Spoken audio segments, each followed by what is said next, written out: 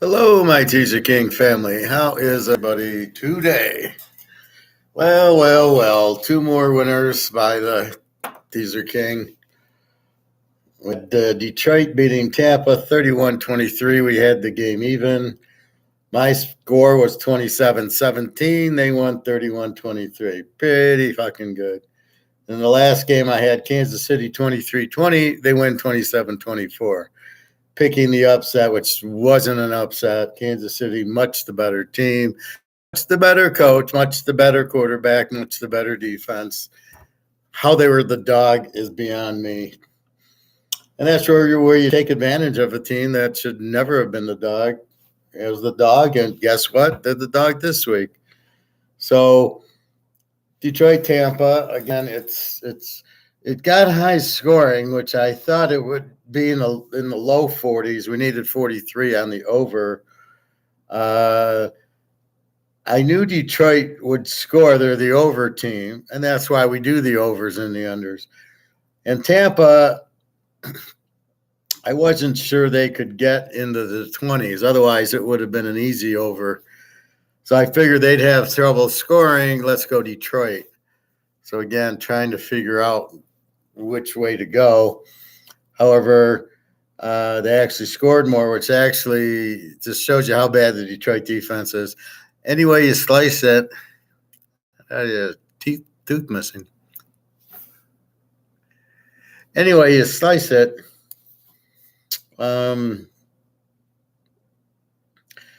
Detroit was able to move on Tampa, although it took till there's a couple minutes left to finally grab the lead. And Tampa with Mayfield and Evans, those guys, how they scored 23. That is a horrible defense by Detroit. Detroit's getting lucky. They've had a weak schedule, didn't play anybody, played Baltimore and Dallas, lost both. In the playoffs, they get the Rams is the best team that they played all year and got lucky on the bad pass interference, no call, or they wouldn't even be here. Then Tampa's not even a playoff team. They just won the worst division in the league. So I don't know what that's about. And then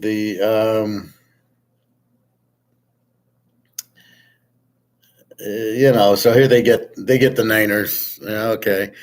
A little calf issue with McCaffrey. Deebo Samuel's a very cheap shot on him, and it hurt his shoulder, although I thought it hurt his neck. It's like a head knock. So he's questionable. I'm sure he'll try to play. How serious is his shoulder? I don't know. Didn't really look much, but he probably ruptured something or broke something. So if he plays, he's not going to be full strength. So let's walk through that. And then KC Buffalo was all Josh Allen looked like Lamar. I can't throw a pass for completion, so I'm going to run it. It was all trick plays. He's running. He threw the lateral. That was a 4 lateral that they didn't call. What kind of fucking shit is that? You don't run for 5 or 6 yards and then throw a pass across. What is that? Little league? Is that professional football? That's ridiculous. And you want to say that's good? It's a fucking it's a circus play. It's not a good play. How often do you see Mahomes do that, or Joe Montana or Tom Brady? How often did he run 10 yards and throw a pass sideways? Come on. This is Bush League. Him and Lamar are both the same. They both are just running backs. They are not quarterback. I don't know why everybody's so enthralled by Josh Allen. Sorry, I don't see it. I see a guy who runs around a lot, who doesn't slide, who gets lucky he doesn't get hit. It's kind of a baby because as they're about to get him, he falls down. Oh, no, you can't touch me. But when the game's on the line, where is he? Where did he go? They settled for the field goal, and the guy missed it, as I called. I thought the KC guy was down, that one that rolled through the end zone. He was clearly down before. And I don't like the overturn. if they're calling it down on the field, he's down. There was not enough to overturn it. I thought that was ridiculous. That was simply to keep the game close. There was no way that was going to be called down because they wanted Buffalo to do it for TV. It's got nothing to do with the reality. Was he down or not? However, I didn't agree with the call. Why are you running Hardman when you are running your Pacheco running right through him? Why the fuck would you do that or let Mahomes run it in? I thought that was really a strange call. At the goal line, that calls like that don't work. So, and Hardman, what's he doing? Just get down. You've got the game won. Just don't fumble the ball like that. So I thought KC was KC. I know people had said, well, they don't look the same. When the chips are on the table, they look the same. Okay, this is why you bet Mahomes is the dog, as we will do this week. Your free play this week, Mahomes is the dog. Your free play every week, Mahomes is the dog. He'll be a dog 3 weeks in a row. He'll be a dog in. He'll be the dog in the Super Bowl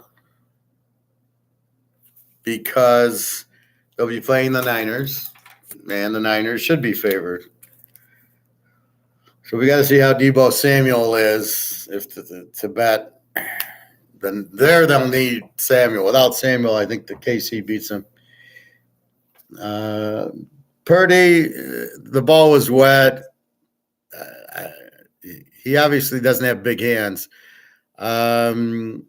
Some of those passes, yeah, but how often do you play in a rainstorm? Let's check the weather this week. I don't even think it's up yet.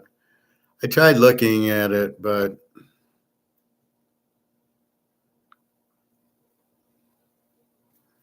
let's see. It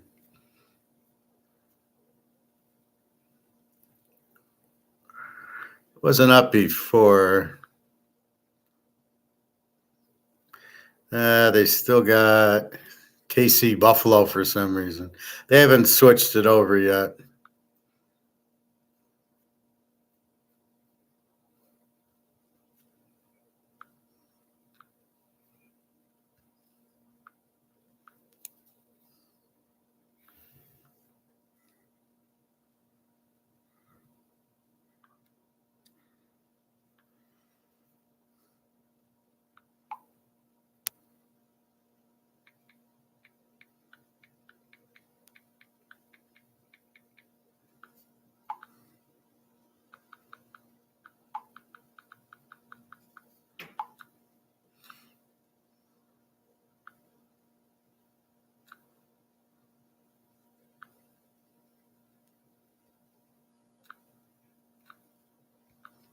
So this is why you bet the quarterback. At the end of the day, the quarterback wins the games. A la Mahomes, a la we bet against Dak Prescott and these bums. Now, Purdy, all right, I don't see the weather.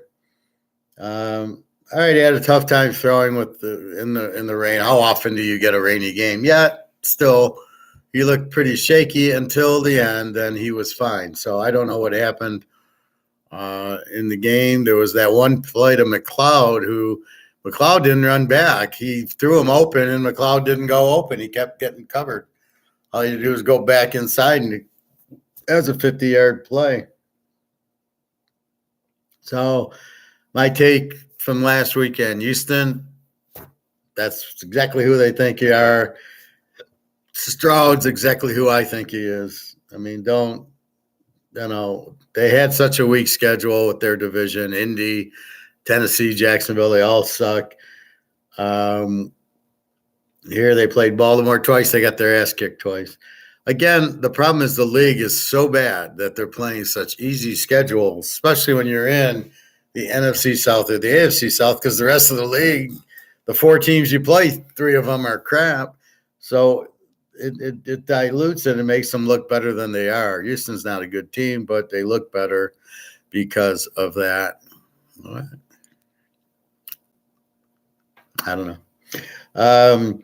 So Baltimore, again, Lamar gets the win against the weak Houston team, but this will be his can he beat Mahomes moment. And as I said, both teams were flat who sat out 3 weeks, San Francisco and Baltimore. You never rest your players that last week when you have the bye and then you play. So it's week 18 off, bye off, 3 weeks, and they look like 3 weeks. Baltimore looked terrible the first half. The Niners looked terrible the first half, and then they started to play. The Packers look like a very good team. They'll be winning. Detroit better enjoy it because they won't win the NFC Central for 10 years now. It'll be another 30-year drought because they can't beat this Green Bay team. Green Bay killed them at home Thanksgiving. And Love, I don't know. I think he's okay for this offense. Not a superstar, but he's okay. When the pressure was on, he threw an interception. So not a pressure quarterback. He can win some games. He beat Dallas, but when he really needed the win, they should have beat the Niners. They had the Niners down. You should beat them. And they let them slip away and let the Niners win. And you can't do that. Montana didn't do that. That's what the catch was all about. They're down. Dallas is coming, and he finds Dwight Clark with the catch, the win, the W, the Super Bowl. That's Montana, and you can't do that. When you got that opportunity, you got to take it. So Green Bay, I think, is very good all around. Good defense, good receivers, good running backs, so they're balanced. The Niners are good. Purdy, I don't have any problem with Purdy. Okay, it was a rainstorm. I don't know what to say on that. He just, it's a bad game in the wrong time. You don't have bad games in the playoffs. But I think it was just because it was raining. He threw a few he didn't get picks. He just threw high balls. And when they needed it, McCaffrey was there. So he got the win. You can't bitch, right? He got the win. Loved it. Tampa, Detroit, we talked about Tampa. They looked okay. Mayfield looked okay. Their defense looked strong. Again, you're playing a Lions secondary, which, Bo Nix would have thrown for 560 yards against it. Caleb would still be throwing. Caleb would have thrown 10 touchdowns against that secondary.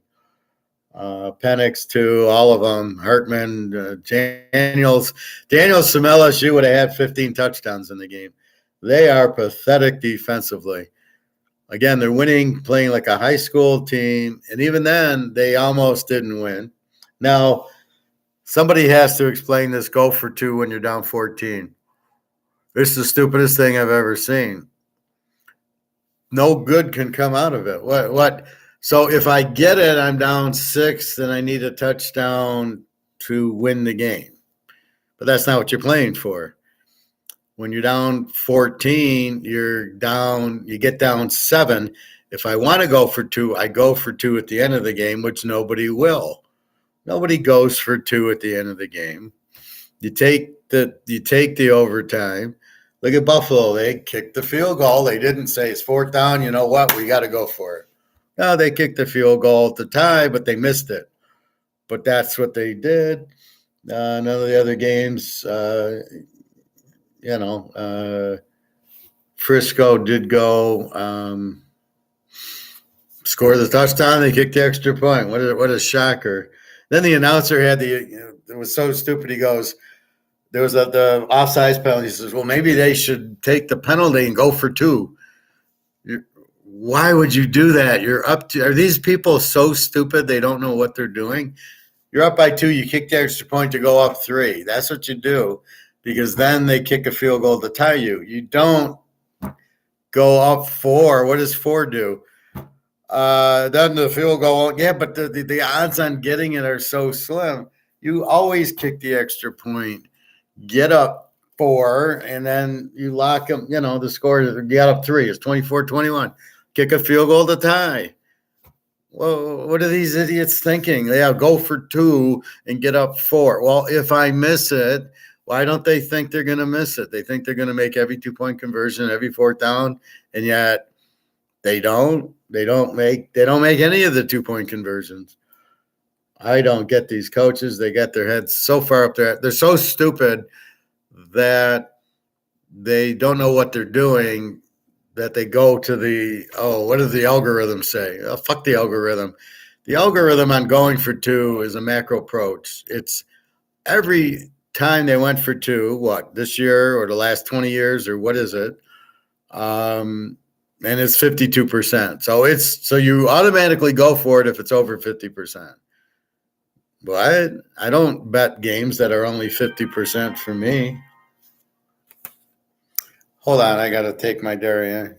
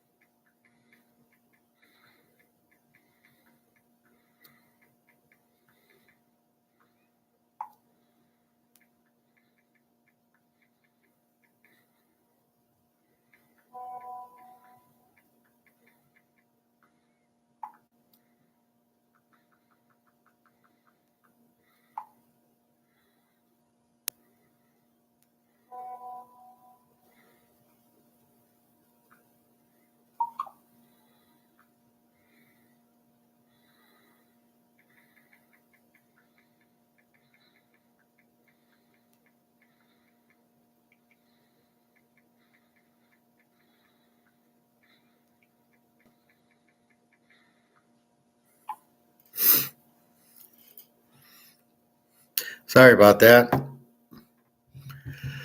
My Daria, I had to take it. God knows when I hear from her. She'll go 3-4 days I don't hear from her.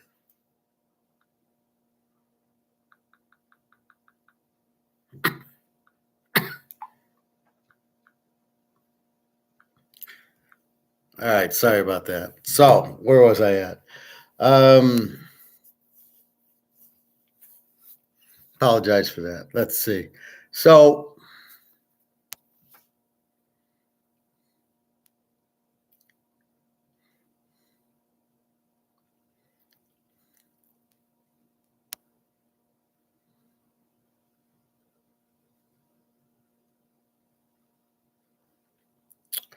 Let's see.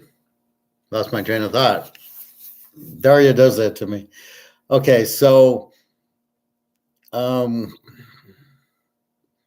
oh yeah, these going for twos. I don't fully understand because they're missing the concept. If they miss, which they did, then now they're down 8. Now they need a touchdown and a 2 to tie. Well, the whole point is just kick your extra point, get down 7, score again, and then kick that. But you deflate your whole team. Your team gets deflated because you missed the extra point. Now you're down 8. You've killed your team. You've given the other team momentum. That's the part they don't realize. But the bigger thing is I doubt the odds are 50-50 against every team. They're taking a total look. So if there was 100 tried and 51 worked, then it's 51%. But what point of the game were they in? Was there really 100 going for twos and 52 were made? Is that does not, I don't buy that. Then it's against whom and at what point in the game? Believe me, at the end of the game, getting the 2-pointer versus going in the beginning of the game or something happens is totally different. Against which team? It's totally different. You're trying to go for 2 against Detroit. You're not going to make it. You're trying to go for 2 against KC or Buffalo. I guarantee you're not making it, or Baltimore. There's no way you're making a 2-point conversion. So the whole thing is really bullshit. And if the coach is that stupid that he can't figure it out and he has to go with the percentages, or Chris the idiot Collinsworth going, well, they're going to make the extra point 95% of the time. No, they're not. It depends on the kicker. Depends on are they indoor or outdoor? It depends on the team. So, I mean, if you're playing KC, Baltimore, and you're not getting a 2-point conversion against Frisco. Okay, there's no way to even go for 2. Is just only if you're down, 16 and you need to get 8 and 8. Then I agree with it because you have to get over 9. But once you're at 8, to kick the extra point to get down for 7 is the correct move. Because I don't know. I haven't seen, especially in the playoff. Let's do a playoff one versus Atlanta, New Orleans type of bullshit in the first half. So I'd like to see against which team, and I'd like to see at what time of the game. I've never seen this work where the team's down 14 and they get the touchdown, and then instead of going for 2, I've never seen them go for 2 when they're down 14 and make it yet.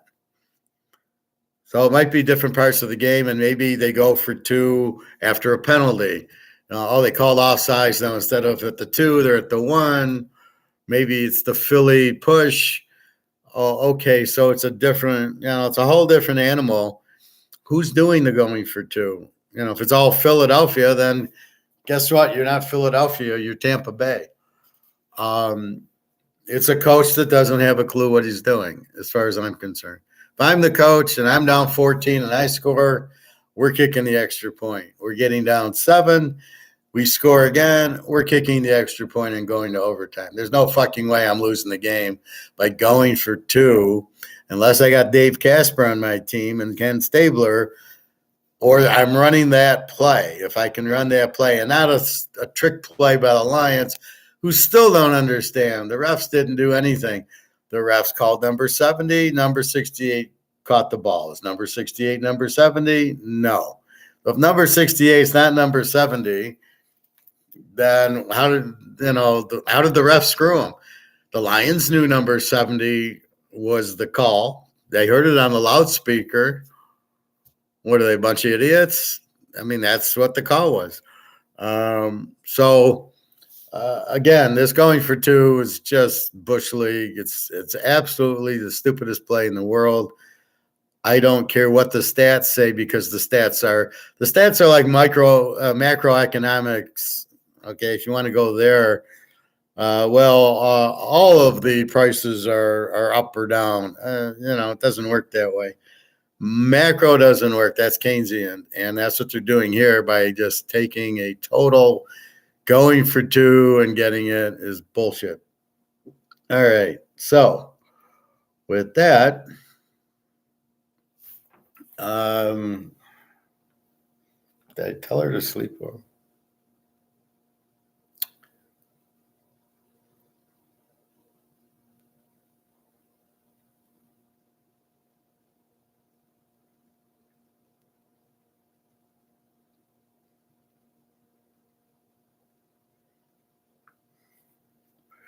Okay, so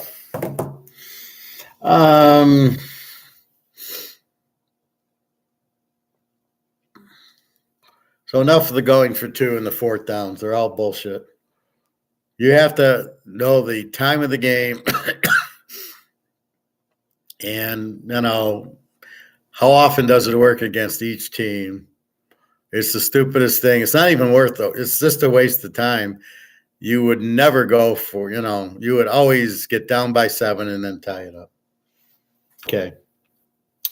Kansas City, Buffalo chokes. They're way out coached again. Mahomes, it was like a joke. He was playing like a high school team. I mean, their defense, it was like 3 plays, touchdown, 5 plays, touchdown. They'd march right down the field. And a bad call on that goal line one, or that it should have been 34-24. Okay. This week, I was pretty good on my picks. 31-20 Baltimore, 34-10. 27-17, 34-24 Frisco. It's 24-21 Frisco. But I bet it over versus I didn't lay the points. Tampa, Detroit, I got 27-17. Detroit by 10. They win by 8. I tell Bobby you can play it. They should keep it close. And they did. I would have played the over had I realized Tampa could score more in Detroit. But I know Detroit's secondary sucks. I have KC 23-20. They win 27-24. So I am now 9-1 in the postseason this year. The only loser is that Buffalo game that I called under because it's a snowstorm. It's going to go under. I don't even look at anything else. And then what happens? The they delay the game till Monday. What the fuck is that? You can't delay the game till Monday. So they delay the game till Mondays, and it's nicer weather, so they go over. But I already got the bet. And then what do? You fuck Buffalo up because Buffalo has injuries from Monday and has to play on Sunday instead of playing Saturday to Sunday. So moving the game up cost Buffalo big time. Anyway, they're out of it again. And now we're down to the final 4, KC, Baltimore, Detroit, Frisco. So KC, Baltimore, both teams are A teams. KC with the 21 defense. And that's about what Buffalo got, was 24 on them. And Baltimore, I'm going to move it to a 19. It's been a 20. Maybe it's a 19 now. I'm not sure. They were saying how Tampa's defense was so strong the last 7 games, and I got them as a 23. They had them as a 15. So what the fuck? So I did the math, and I looked at the game, and they're including the 9-0 Carolina win, which you can't include, and then last week's 32-9 Philly, which I didn't include.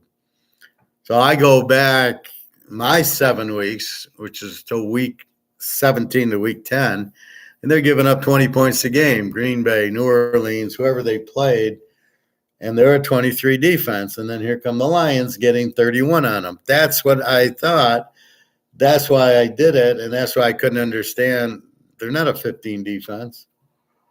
I can hear these guys taking my stuff right and loud. Oh, we'll go back 7 weeks to get the defense. Yeah, but I don't take Carolina included. When this team doesn't have an offense, I don't take it. Then I even heard him yesterday in the game. Well, they just against Carolina was, really sunk. It's Carolina without a quarterback. Come on. All right. So KC's an A team with a 21 defense. We got Mahomes. Baltimore's an A team with roughly a 19-20 defense, and they got Lamar. Mahomes is now 30-14 touchdowns to interceptions. Lamar is 25-7.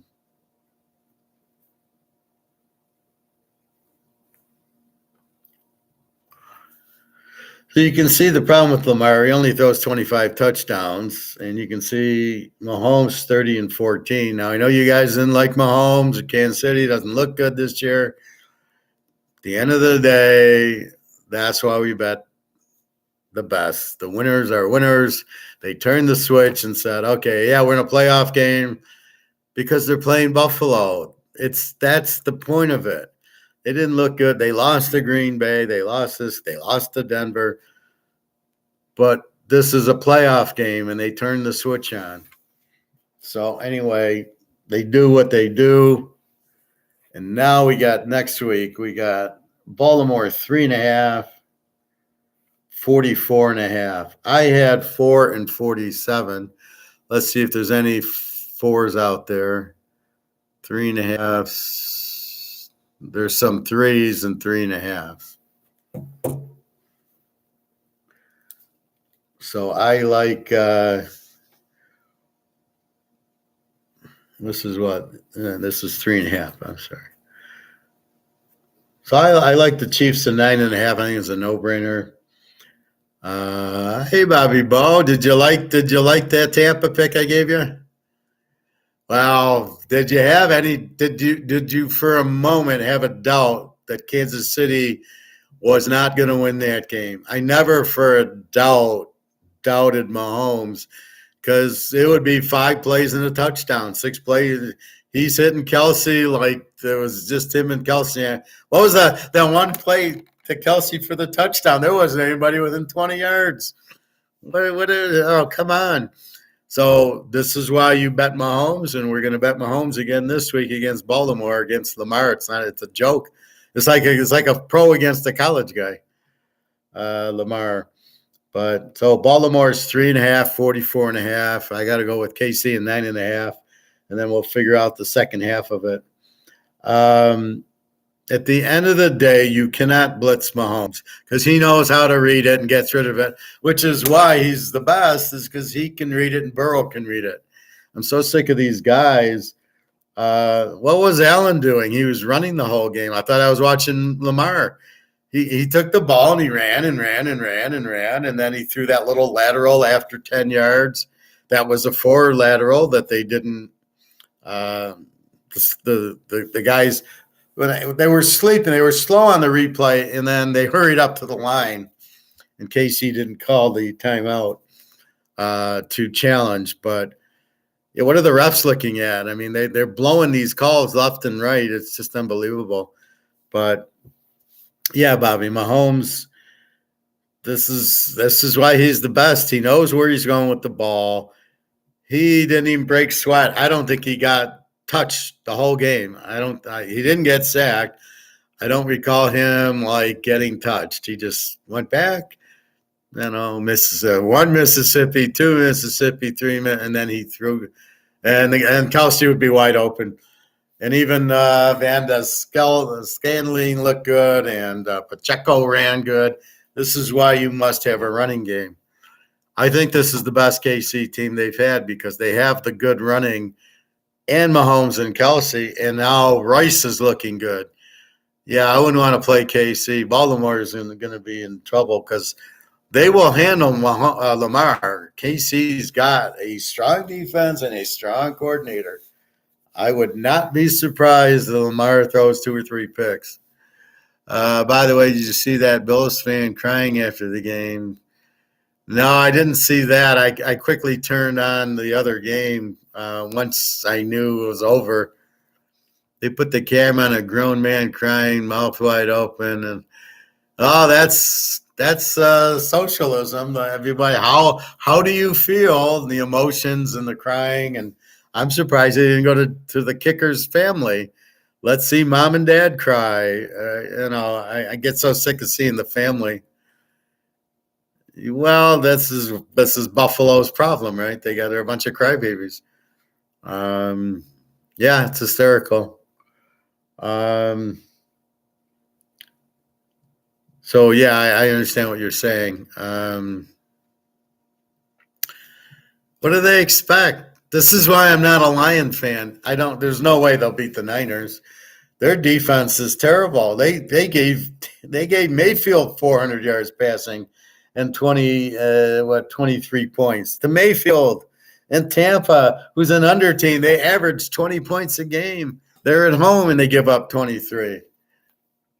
Most of society has gotten to be way too emotional, constantly trying to make everything all sad and emotionally changed. That's the way the liberals are and the socialists. If you notice on these interviews, how did you feel after kicking the winning field goal? After Mahomes, how do you feel after winning? And if I keep having to see Travis Kelce and the girlfriend of his, I'm going to puke already. What the fuck was that? Well, I don't even understand who she is or what's the big deal about that he has a girlfriend. Does he not have a girlfriend? I think Mahomes is married to a hot blonde. Bunch of weak people need to learn how to be stoic and buy medals. Absolutely, Bobby. They are all robots. They're all conditioned to be emotional, to cry, and to just, it's not fair. And the whole thing is about this fairness and just, it's pathetic. I'm glad I'm not part of it. I'm glad I didn't go to school now. And I would, if my kids were there, they would never go to school. I hope Andy Reid and the coaching staff get to run the defense because they were struggling against the running back Cook and Allen. Get the run defense going. Yeah. Well, they had to watch. They took the passing away, basically, is what they did. Well, but that's what they did. He had nobody open. So they'd rather have Josh Allen run for 10 yards than these 40-yard passes. And they won. And guess what they're going to do with Lamar? He's going to do the same thing. He ain't going to be able to throw, not that he has any receivers anyway, but the difference is they'll keep Lamar in the pocket, and Lamar can't use his speed. He's going to be in trouble. See, but that's the difference. You can't do that to Mahomes. Mahomes finds the guys. There's Kelsey's wide open. Lamar and Allen can't do that. That's why I bitch about them. Yeah, they're good runners. They're not good quarterbacks, no matter what Jimmy Johnson says. Oh, my God, that guy's terrible. Although they did a decent job adjusting the second half. Yeah, they didn't do anything in the second half. Yeah, I'm sure they should make Lamar throw. Well, that's if you just blitz Lamar. If you rush 5 or 6, you've got him because he's not quick enough to know where to throw the ball to. And he's got to make an accurate pass. I like that one blitz. There was a blitz where like the guy out here, right? So here's the line. The guy out here blitzes, but then they covered it up. So normally you throw to the hot spot. He vacated it. I'm going to throw there. But Kansas City ran 2 guys down into the spot. So when he threw it, I think it was either intercepted or incomplete because where he would go for the open spot, it wasn't open. I thought that was brilliant because that's what you're taught to do is throw to Brady would do that all the time. But if Lamar has to throw the ball 30 times, and the difference is I wouldn't let Lamar run either. I would put 5 guys on him like Houston was doing, and it was effective until they stopped doing it, until the guy got hurt. But just rush 5, and they don't have any receivers anyway. What? They got that Zay Flowers. I don't think he's any good. The tight end, he might be back next week. And then we got the guy from LSU. What's his name? Beckham Jr. So let's see. Beckham Jr. caught a pass one-handed 15 years ago, and they still think he's a good receiver. Like nobody else catches the ball one-handed. I mean, it's just fucking amazing. I don't get it. But LSU always has the best receivers. We all know that. I was saying last time, Bobby, that like here comes Buffalo with the LSU offensive coordinator trying to take credit for an offense that had Burrow, Chase, and Jefferson on it. And you want to give credit to the offensive coordinator. It was because of him, not because of Burrow, Chase, and Jefferson. Unbelievable. I mean, it's like Brady, right? Oh, I'm Brady's offensive coordinator. It's not Brady. I like Beckham when he was at LSU, but then turned into a bit of a, there you go, mama's boy. That's what I'm saying. I don't really remember him there, but he didn't do anything that was that good. They all need more stoicism. That's why the Roman Empire was so good. It was Marcus Aurelius who was the stoic guy and all his little disciples. But absolutely, I was very happy to talk to Daria at length today. She gave me this. So I got this nice video somewhere in here. Where'd it go?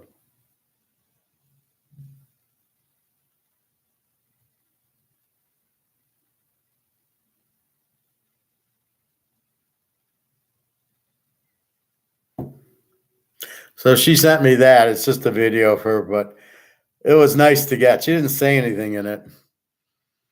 But so I got to see her. And, I'm just telling her it's so much better when I talk to you than when I don't. It just drives me nuts. And so I think she's getting the message. So she said, I'll talk to you tomorrow. I said, good. Because I don't think she realizes how to deal with American men.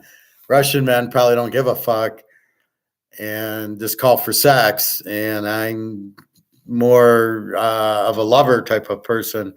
So I think she's starting to realize that. She likes that. That's what she likes. And I did get the, by the way, I need some money for food today, which I had no problem giving her.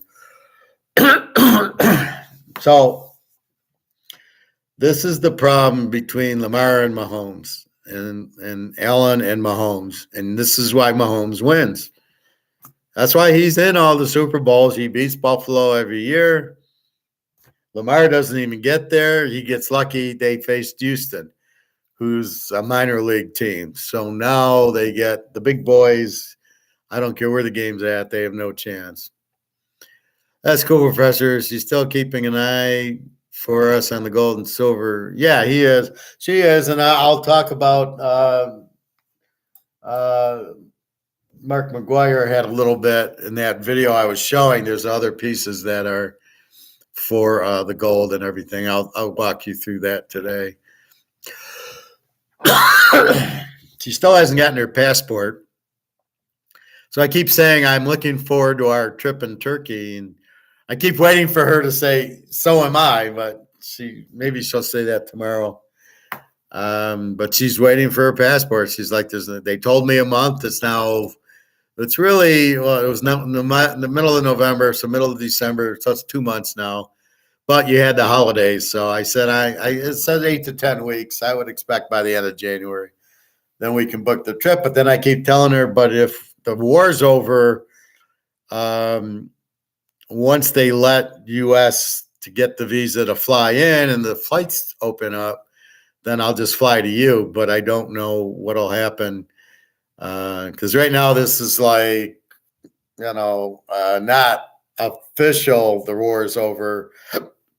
It's unofficial, but Putin signed this contract with the Ukraine that it's over. Like we'll give you the things on the Russian border, end this war. Ukraine has lost like 500,000 people. So I told Jenna, and I haven't really heard from her where she's like, "Oh yeah, it's over and everything." She hasn't really responded to that. So I don't think they know, but I know from Alligator. Does she have a strong accent? Yeah, I mean, it's a heavy Russian accent. I don't know how much English she really knows. She knows enough to say I love you and good morning and stuff like that. Jenna's good at English. We don't have too much of a problem with the main words. So Daria is going to be. We'll have our translator open, and but it's like you just do this, like let's go eat. She'll get that. You'll go like let's go shopping. She'll get that. What else do you do, right? So I think she'll be okay. I think we'll figure it out. I met a Russian girl back 10 years ago in Moscow, and she didn't know any English, and we didn't have, she knew 3 dirty words, and the rest was I would go, and she'd go, let's eat. And she'd look in her dictionary, and she started spelling out shopping. I go, okay, let's go. And you make the contact, and it's not a problem. That to me is not the problem. Finding the girl is the problem. Communicating is not the problem. You have that one Cuban girl that I don't know if she speaks better English, but I'm sure you don't have a problem communicating. All right, so Baltimore 3.5 over KC, 44.5. You got 2 A teams. You got a 21 defense in KC. You got a 19 in Baltimore. I think you'll get the score 27-24 against Buffalo, and I think you're going to get the same score here. And I think you go over 44. I'm waiting for the weather to update, but it hasn't. I think this is an over, but I'm going to give you I'm giving you take Kansas City. And the reason it's over is Buffalo scores a lot of points. When they get 34 here, Buffalo will score you a bunch. But against Mahomes will match you. Whatever needs to be matched will be matched. Weather doesn't matter. And we'll see. And they're the champs, and you got to beat the champs. To be the champ, you got to beat the champ. So Ric Flair will probably be strutting around there. The Rock. I see the new football thing. They merged, and then they show a picture of The Rock doing his SmackDown to open the league up. It's hilarious. Well, if we get The Rock there, all these people will watch it. Second game, Frisco. I got Frisco 7. The line is 7. I think I had Frisco 7. And it's 50. I had 747. Actually, I had 47 for both games. My own line.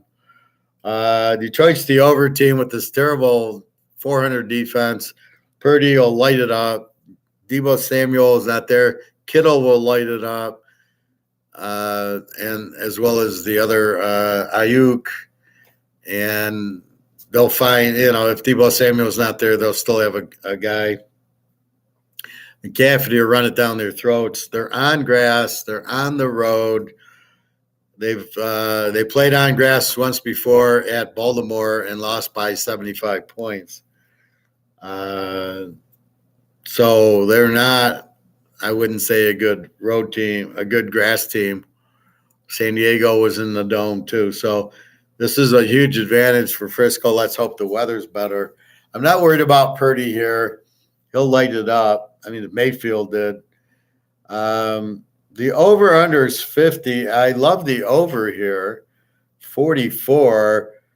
Detroit's an over team. Detroit will score on them in the 20s. Frisco should get in the 30s because of Detroit's defense. So it's a 50-point game. We go to 44. I don't think that's a problem. Well, Frisco let up 21 to Green Bay. So I think Detroit gets the same, probably mid-20s, so 34-24 type of score.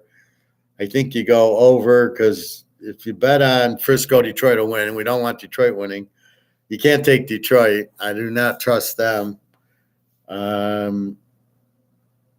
That's where I think you go with the Detroit game is over. Yes, Bobby Bo. Yeah, Ayuk is very good. Are you going to bet on the Rocks League? Yeah. No. I don't smell what he's cooking there. I mean, what is this? Let's keep throwing XFL and USFL and ABFL and BCFL at you. as we've talked, me and you, it's about where's Willie Mays, where's Hank Aaron, where's Mickey Mantle. That's what you need, right? You need to see the superstar. And I don't understand. Okay, we're watching Case yesterday's game because of Mahomes, right? We watched the game. He looked terrific. I watched the Lions. I was hoping they'd lose, but they actually pulled it out. But that's it. There's really no.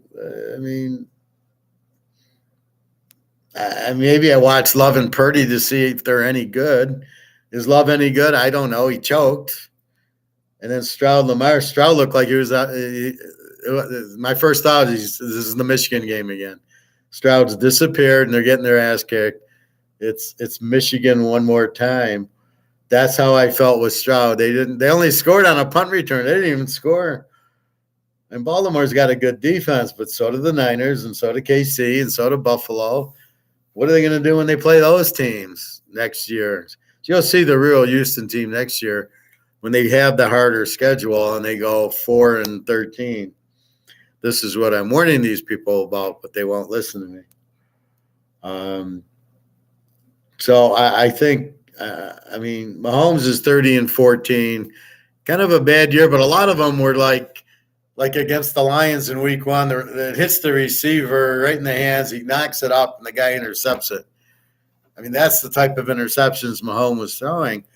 But if you notice, Tony didn't play yesterday, and this Rice guy is from big school. When I heard that, I was like, yeah, no wonder he's lighting it up. I can't remember the school, but one of these passing schools, SMU or something, and he looks fantastic. So now that they got Rice going and Valdez-Scantling and Kelsey looks like he's playing, and now you've got the Pacheco, and you got Mahomes as the director. There's nobody beating them. Forget about it. Baltimore probably really doesn't have a chance. And then ain't Detroit, and then Frisco. They got to get the receiver back. Whatchamacallit, my man, Deebo Samuel. They got to have Deebo to beat Kansas City. They won't be able to. Yeah, Ayuk is very good, and so is the other guy, Ray McLeod or whatever. I never watched the game of it to this point, but saw some of the players they have there. Al Macaron from Bama is a quarterback there, and Aaron Murray from Georgia left. Who are we talking about? Which team is AJ McCarron on? Yeah, I know he's from Bama. All these Bama quarterbacks are really good in the pros, aren't they? I surprised Johnny Manziel didn't go there. Well, there you go. Between dropping passes and going outsides, Tony single-handedly costed them at least 2 games. Well, for sure the Detroit game, because he gave them a pick 6. That's how Detroit won, not on their offense. There was a stat I heard yesterday that Kansas City did not allow 30 points the whole year. In a total game, they didn't allow 30 points. That's coaching. And we like their defensive coordinator. That's another. You got Reed on offense and whatchamacallit on defense, and you got Mahomes. It's a very strong team to beat, especially when most coaches don't know what the fuck they're doing now. Oh, I'm supposed to go. What do you think of this, Bobby? So in the UFL, McCarron is a star. Oh, okay. Gotcha. So let's talk 2-point conversions, Bobby, and anybody else in class. You're down 14, you're Tampa, you score, you go for 2, and now you miss it, and now you're down 8, and now you need a 2-point conversion to tie the game instead of just kicking your extra point, which is probably a 99% chance that you're going to make that. What is wrong with these people? You never go for – why would you go for 2? And then the announcer's trying to make sense out of it. Well, then they just need to go for 2 after the second touchdown. It's not easy to go for 2 especially against these better teams. That's my bitch. Let's see how many people go for two against Baltimore or San Francisco and make it. Oh, 0%. So the problem is it's just all thrown in. All 32 teams go for two, and how many makes? And at what point in the game? First quarter, second quarter? How many need the 2-pointer at the end of the game and make it? Probably none. Look at the Lions. They went for two, three times. That should have skewed it back? But it's got to be who you're doing it against and at what point in the game. Is it at the end to win? I bet it's 0. Especially I bet against teams like Dallas, Frisco, Buffalo, Baltimore, Kansas City. I bet it's 0. So you got to know who you're going against if you're going to go for two. You can't just it's always going to say it. If your criteria is if it's over 50% do it, then you're always going to do it. But that doesn't make it right. They deflated. That's why Tampa lost, right? They don't score. Well, one of the reasons, but then they missed the 2-point conversion. They don't get it. They're deflated. It's like an interception. The team's deflated. We didn't get it. Now we can't win. At best, if they did score, they'd go for two to tie. And going for two is not a guarantee. This is the NFL, not high school football. So I think the coach, anybody that goes for two in that situation should be fired. He doesn't know what he's doing. He doesn't get the concept. He doesn't get that you emotionally drained your team on the miss. That's the part these guys aren't getting, is the emotional part of going for two or a fourth down and not getting it. So you can say, do you ever catch me betting a game because it's a 51% chance to win? If it ain't 80%, I'm not touching it, right? I don't bet 50-50s. So if you're looking at something that's 51 or 52% and you think that's a good idea to go for it, you should just walk away and retire. You don't know how to coach or what you're doing. You do not have a clue, because you've got to factor in if I miss. So if I'm down 8, I kick the extra point and down 7. Now, if I want to, if I am lucky enough to score, because at least I kept momentum, then I go for 2 for the win. But I guarantee you wouldn't have went for 2 for the win. You would have went for 1 in the tie. That's what everybody does, right? You don't go for 2 in the win. I'm trying to find a game where look at Frisco, Green Bay. They didn't go for 2 to go up 4. They kicked the extra point to get up 3. So field goal would tie them and not beat them. Very rarely Kansas City, they didn't go for 2. They kicked the extra point to go up 27-24. You got to be out of your mind to go for 2. It's insane. You play for the tie in the playoffs. You're not going for 2. Tampa. Well, we'll go for 2 and we'll be down 6, and then we can score and win the game by 1. Are you insane? Are you fucking insane? Just kick your extra point, get down 7. You're lucky enough to score again, and then you go to overtime. This is playoff football. This isn't fucking XFL. I told my friend that Tampa should have went for 2 to win the game, if anything, but not on that touchdown. Well, I agree. That touchdown, you got to kick the extra point. You got to get down 7. But I don't agree. If they would have tied it at the end, I would have tied it. I would have kicked the extra point, because in the NFL, they kick off. It's not college where you get the ball at the 25. So they kick off. I can play defense. That's why you go for the tie and go for overtime. Then it's a kickoff. They got the ball at the 20. I can play defense, get the ball back, and kick a field goal to win. I'd much rather do that than put all my weight on going for 2. And what's the real odds in the playoffs going for 2 and getting it? Like fucking 0, unless like New England, Atlanta, where they were down 24, so they had to get the 2. Okay, now we're down 16, now we're down 8, now we're even. They had to go for 2. Not on a go for, where they didn't. They could have kicked the extra point yesterday and been down 1. But I was happy you won your bet. I had Detroit side, so we both won. Basically, I was shocked Tampa got 23 points, but just because of Mayfield. But looking at Detroit's defense, they suck. They're terrible. That's why this team can't win. You cannot win with this defense. So KC beats Baltimore, not a problem. Detroit Niners. I don't see how the Niners lose. I mean, okay, Deebo Samuel's out or hurt, or I don't know what it is.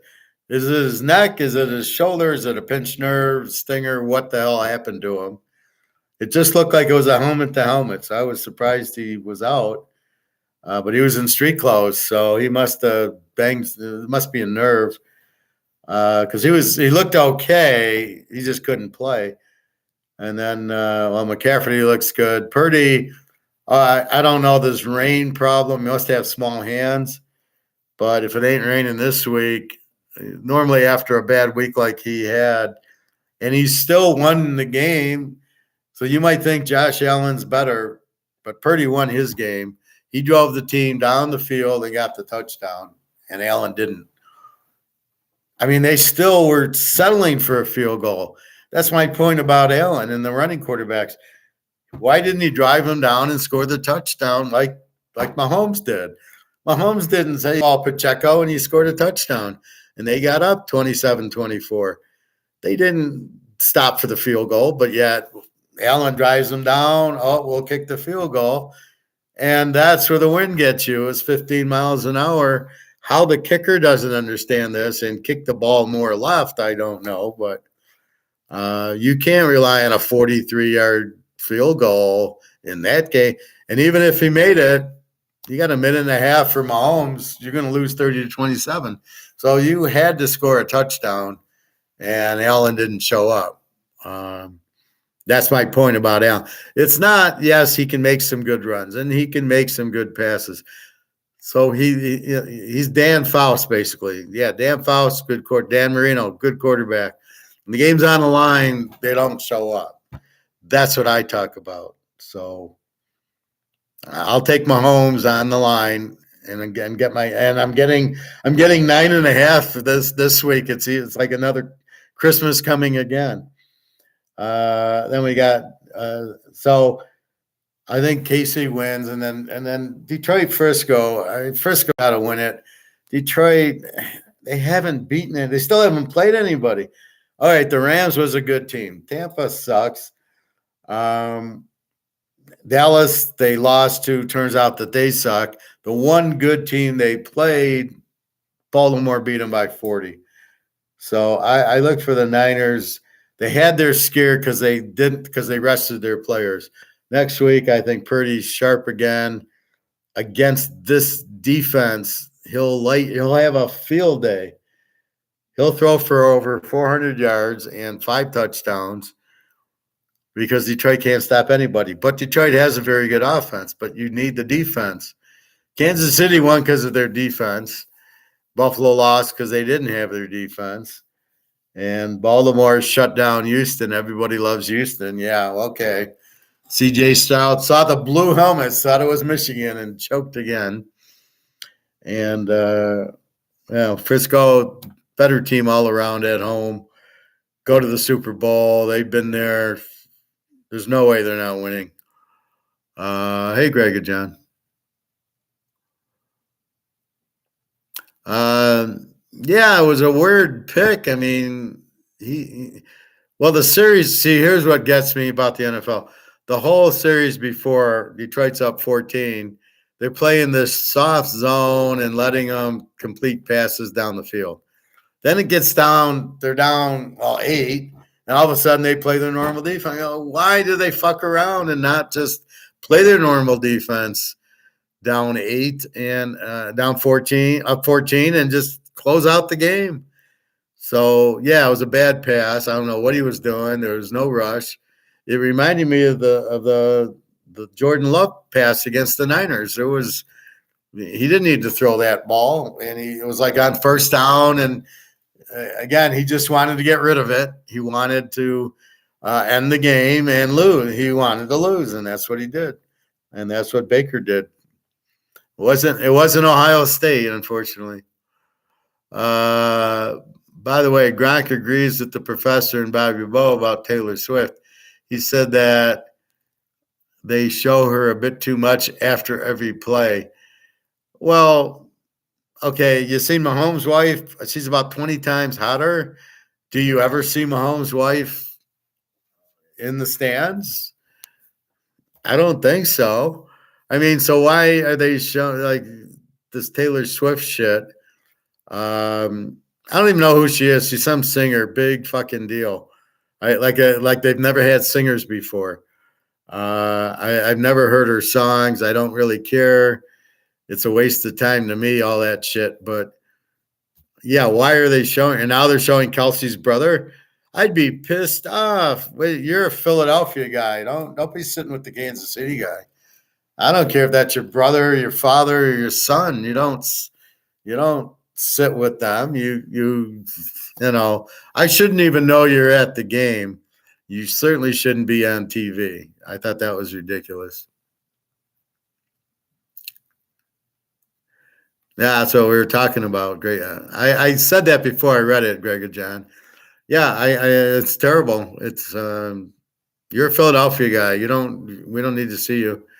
Loving the obvious teaser this week should be easy. Well, you were questioning my skill set on taking Mahomes as a dog. I was so disappointed in you. That was the most obvious pick of the year, Mahomes getting points.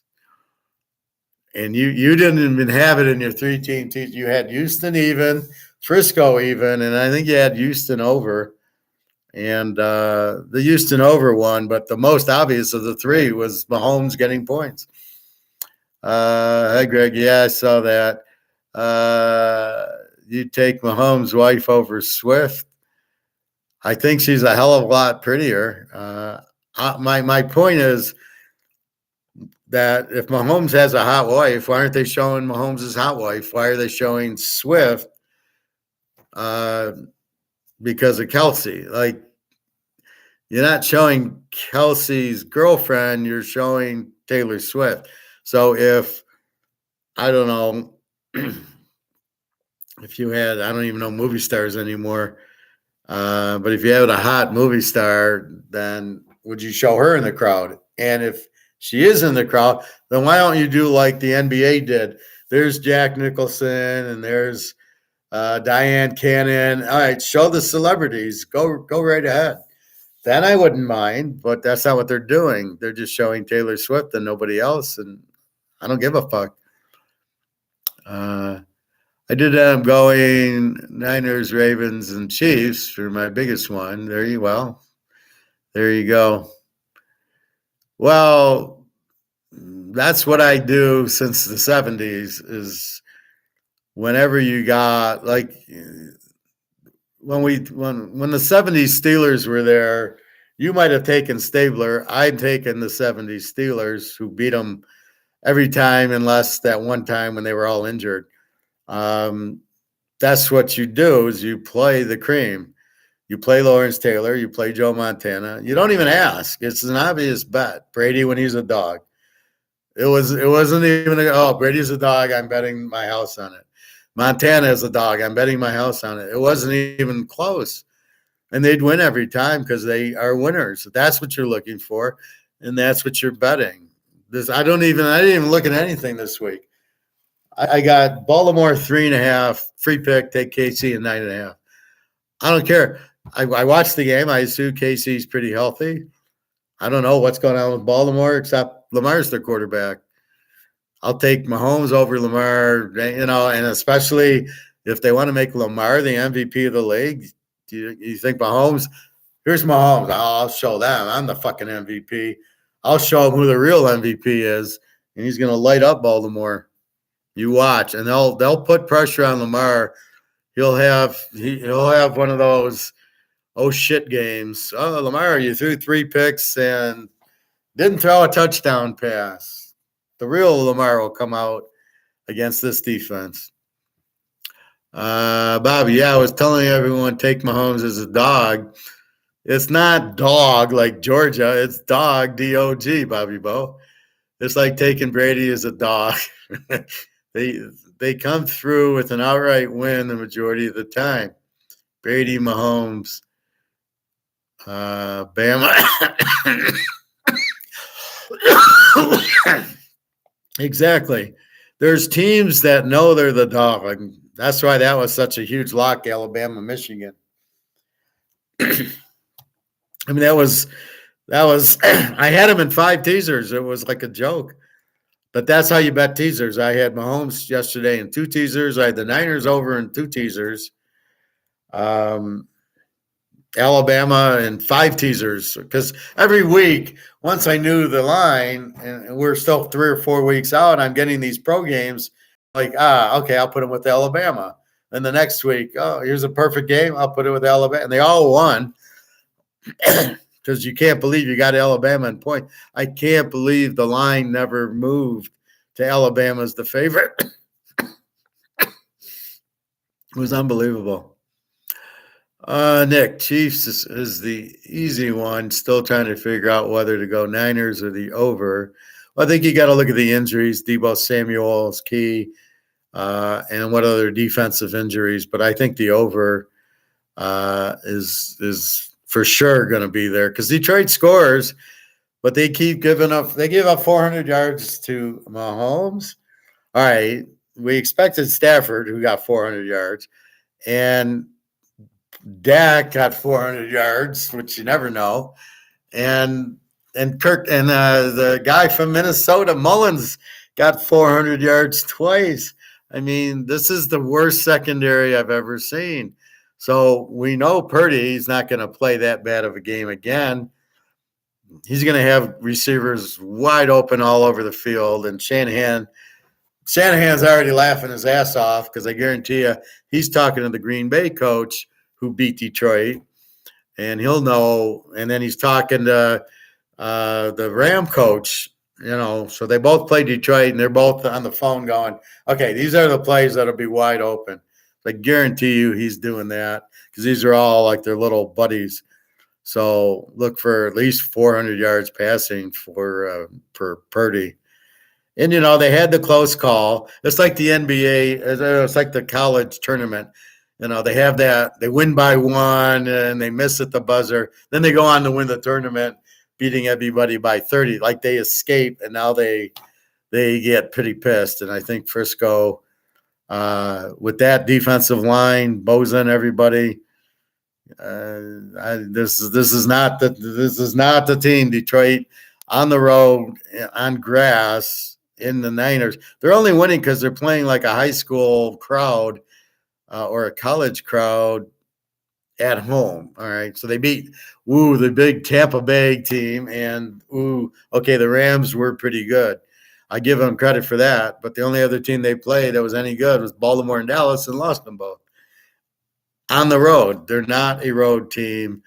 They're an emotional team, and they're not good defensively, as we can see. So, I don't see it. He's fit. He'll play, but how good is he? I don't know what his injury is. I got to check that out.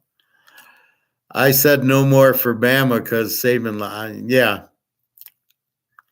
Well, they're always good dogs, and Georgia would be a good dog, but they're never a dog. No, I think they were a dog against Alabama about 3 or 4 years ago, and I took them, and they won by 20. So, yeah, Georgia goes into that category, and Oregon too. Loss to Michigan was rare, but then again, that's probably why it was his last game because he knew. Yeah, well, he's old. I think he should be the Dallas Cowboy coach. I think Nick Saban should go to Dallas and be the coach, and then he can win a Super Bowl and retire. That way he can go out like Jimmy Johnson, win in college, win in pro. I think if he got that chance, I think he would. He's just retiring from Alabama. But look at Urban Meyer, retired from Florida. I'm getting old. I want to spend time with my family. 2 years later, yeah, Ohio State come knocking. I had to answer the door. So, yeah, I think he could coach Dallas. I heard some guy today saying Buffalo should fire their coach and hire Belichick, and I just laughed. What's Belichick going to do for you? So you can go 4-12, 4-13? I mean, Belichick's not the answer. It's Brady that's the answer, not Belichick. These guys are just fucking stupid. Bobby, not to get off subject and vampire, what do you think of cage-free eggs? Yeah, I mean, they're probably good. I get that Eggman's, Best Man's, or whatever it's called, eggs. But yeah, cage-free. I don't know if it's worth it. I mean, to me, when you're eating eggs, it's pretty healthy in itself.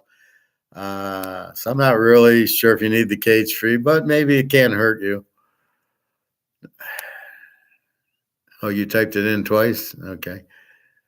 Debo Samuel injury is shoulder. Yeah, I know, but why? Is it a stinger? Is it a separation? What? Because the funny part is he got hit in the head. He got hit here. He didn't get hit in the shoulder. I don't know what that did. So it might be a nerve. It's probably more a nerve or anything. So I don't know. If he can take a shot, he's playing for it. He will. But we'll see. But still, I think McCafferty has a field day on the Lions. Just think of the Detroit as an over team. And I think the San Francisco, let me see if San Francisco played. Well, I know they played the Rams and beat them 30-23. But Detroit really doesn't have that.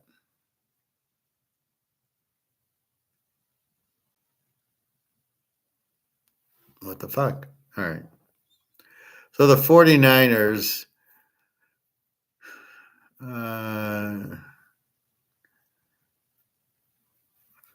so they lose to Baltimore 33-19. Beat Seattle 28-16. Kill Philly. There you go. 42-19. Kill Seattle 31-13. Tampa 27-14. Jacksonville 34-3. My Cincinnati team took care of him because you can't fuck with Joe. See, there's a perfect example. Joe Burrow was getting 4 points in this game. I had Joe Burrow in 10. Even though Frisco had lost 2-0, I says you can't bet him against the Joe Burrow. You can't assume they've lost 2 in a row. They're going to beat Joe Burrow. I had Joe Burrow in that game. I want full credit for that. And Joe got him. The Cleveland game, the kicker missed. They killed Dallas 42-10. The Rams 30-23. So against the weak defense, Philadelphia 42-19. Arizona 45-29. Washington 27-10. They're just –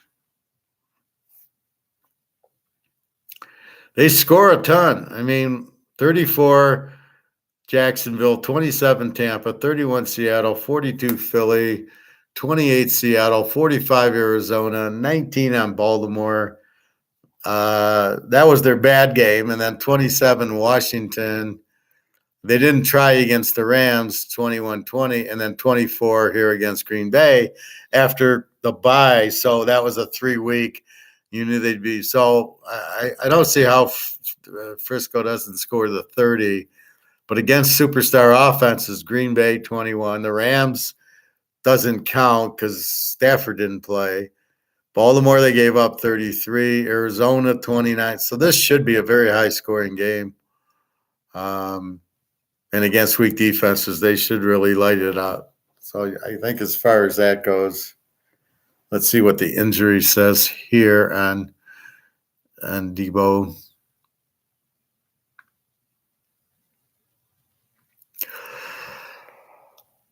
Let's see. Debo, it just says shoulder. And the fact it says questionable is a good sign. As long as he can take that needle, he'll be fine.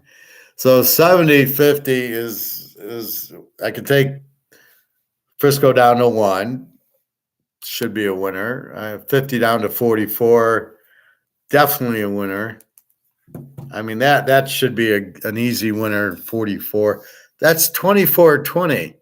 Think about it. Okay, Detroit gives up 400 yards passing a game.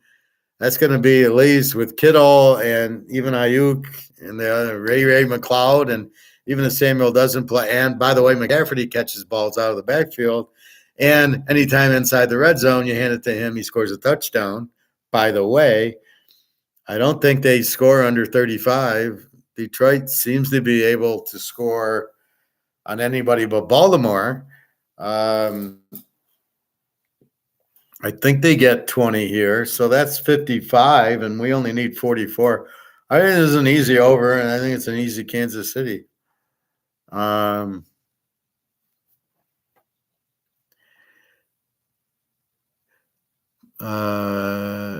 ever cook fried eggs or just the omelets. Is that a question or what? I make omelets. You can make scrambled eggs. I mean, I don't mind scrambled eggs, but I tend to I don't even really make omelets. I throw a bunch of veggies, right? Mushrooms, peppers, and broccoli into the pan with first some olive oil to heat it up. And then if I have chicken or burgers, and then I just toss the 3 eggs over it as a blanket, and I cook it for 5 minutes when it's not runny, and I pull it off, and it tastes great. A little bit of seasoning, salt, pepper, turmeric, and basil is very good. But that's how I make my eggs. I don't think I've made scrambled eggs in years because I want the veggies, but instead of in a salad, I put the veggies, I cook them. So if I want veggies cooked, I make an omelet. Otherwise, if I'm having a burger or chicken, I then make a salad with it.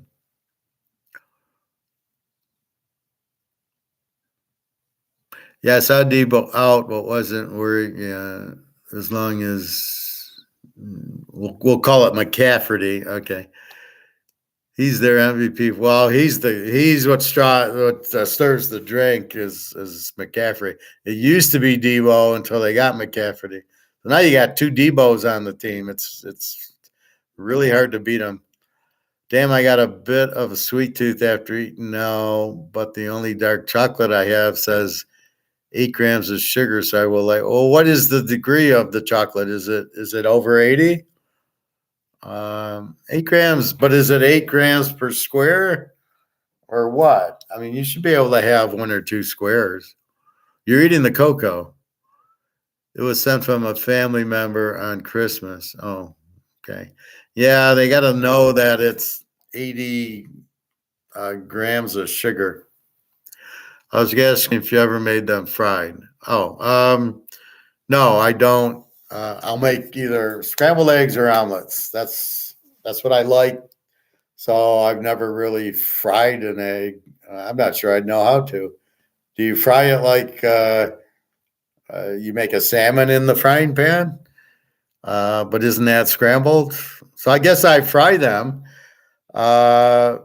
over all the vegetables. So I have all these vegetables, and then I have the eggs, and I guess I'm frying it like that. I guess you could call it. Let me look at my dark chocolate for you, Bobby Bo.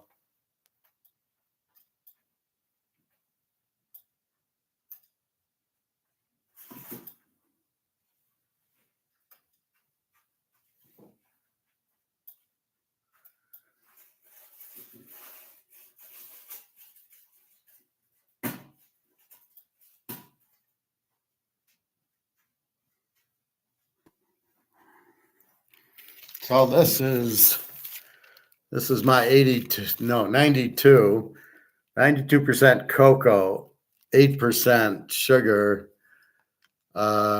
Serving size is 3 chunks is 190 calories. And what are you saying? 8 grams, 8 grams of sugar. This is 2 grams. So if you eat 3 squares, it's 10 grams of carbs, but only grams of sugars. So, but as you can see, it's 92. So the question I'm having is, what's the number on it that she got you? But yeah, I mean, this kills it. If I have a sweet tooth, I just eat this. I don't need much. You have like a square, not even, and you're like, okay, that's all satisfied. I love when a friend comes over and wants to eat them like M&Ms. I'm like, you're not eating the chocolate for the chocolate. You're eating it for the health of the cocoa. It doesn't show any percentage of cocoa. So it doesn't say 92. That's what this is saying, 92% cocoa.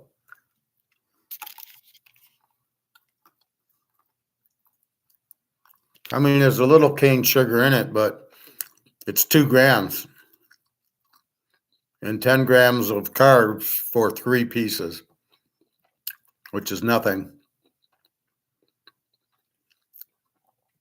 And the whole thing's only 5 grams of sugar and 27 grams of carb for the whole candy bar or whatever it's not really a candy bar. So my family don't only not listen to me about buying medals, they also send me shitty chocolate for Christmas. Well, the heart's in the right spot. They just don't know how to listen.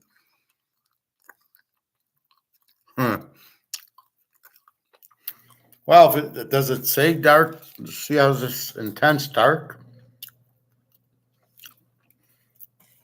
I noticed some are like dark chocolate, but they're not 80 or 90%.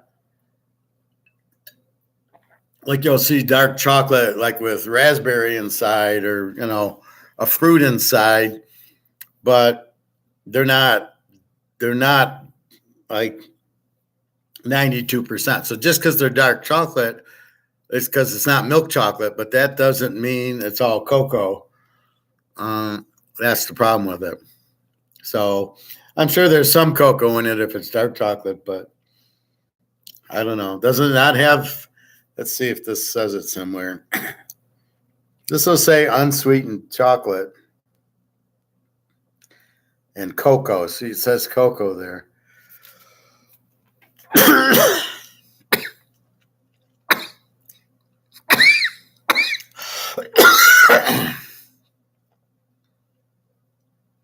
A lot of potassium in it.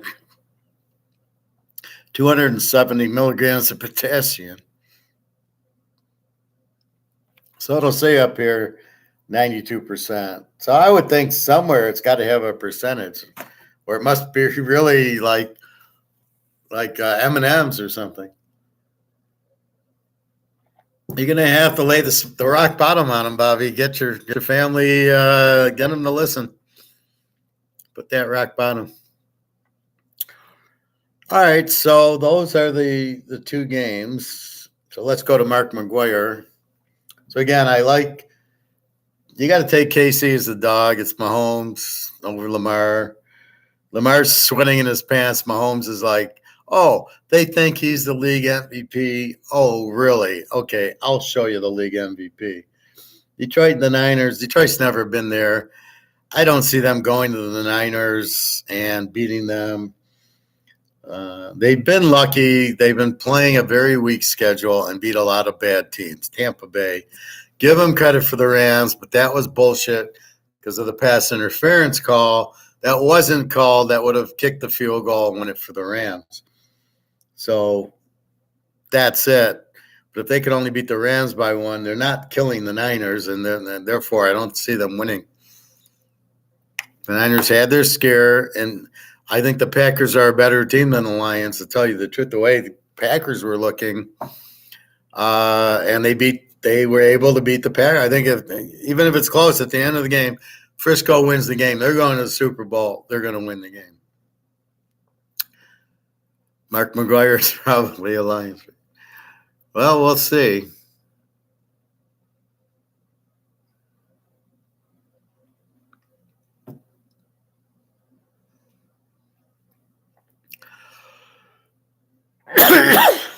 Now here's Jimmy Johnson crying I wasn't having fun. You won 2 Super Bowls. What the fuck? How do you and how do you have fun if you don't win 2 Super Bowls?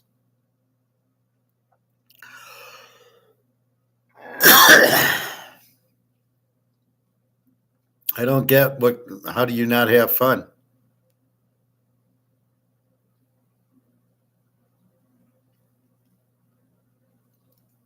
So here's that crypto queen I was showing you about.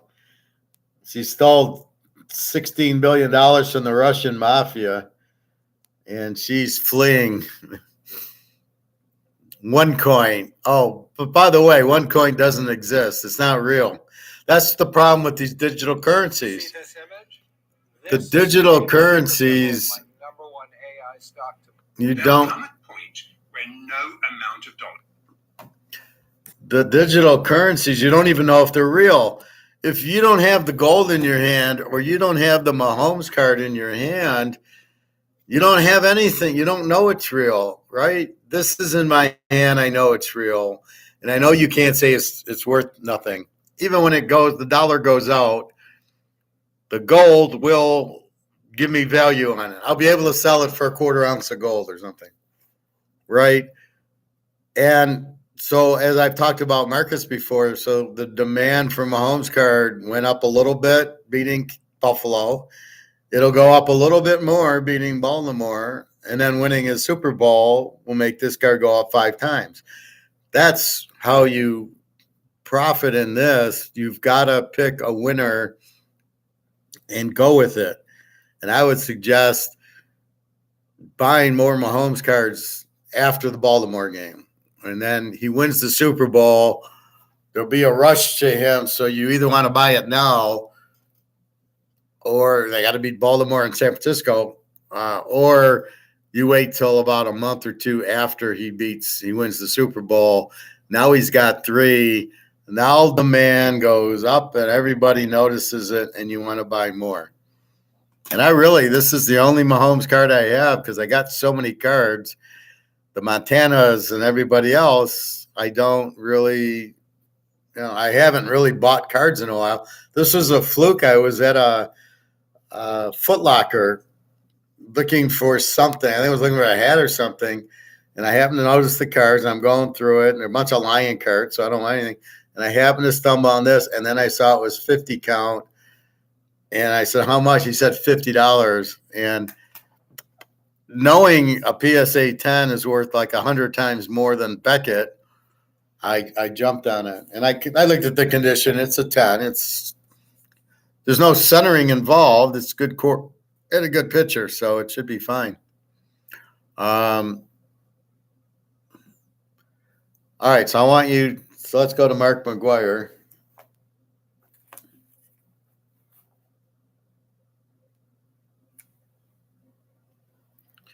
There'll come a point where no amount of dollars will actually buy an ounce of gold.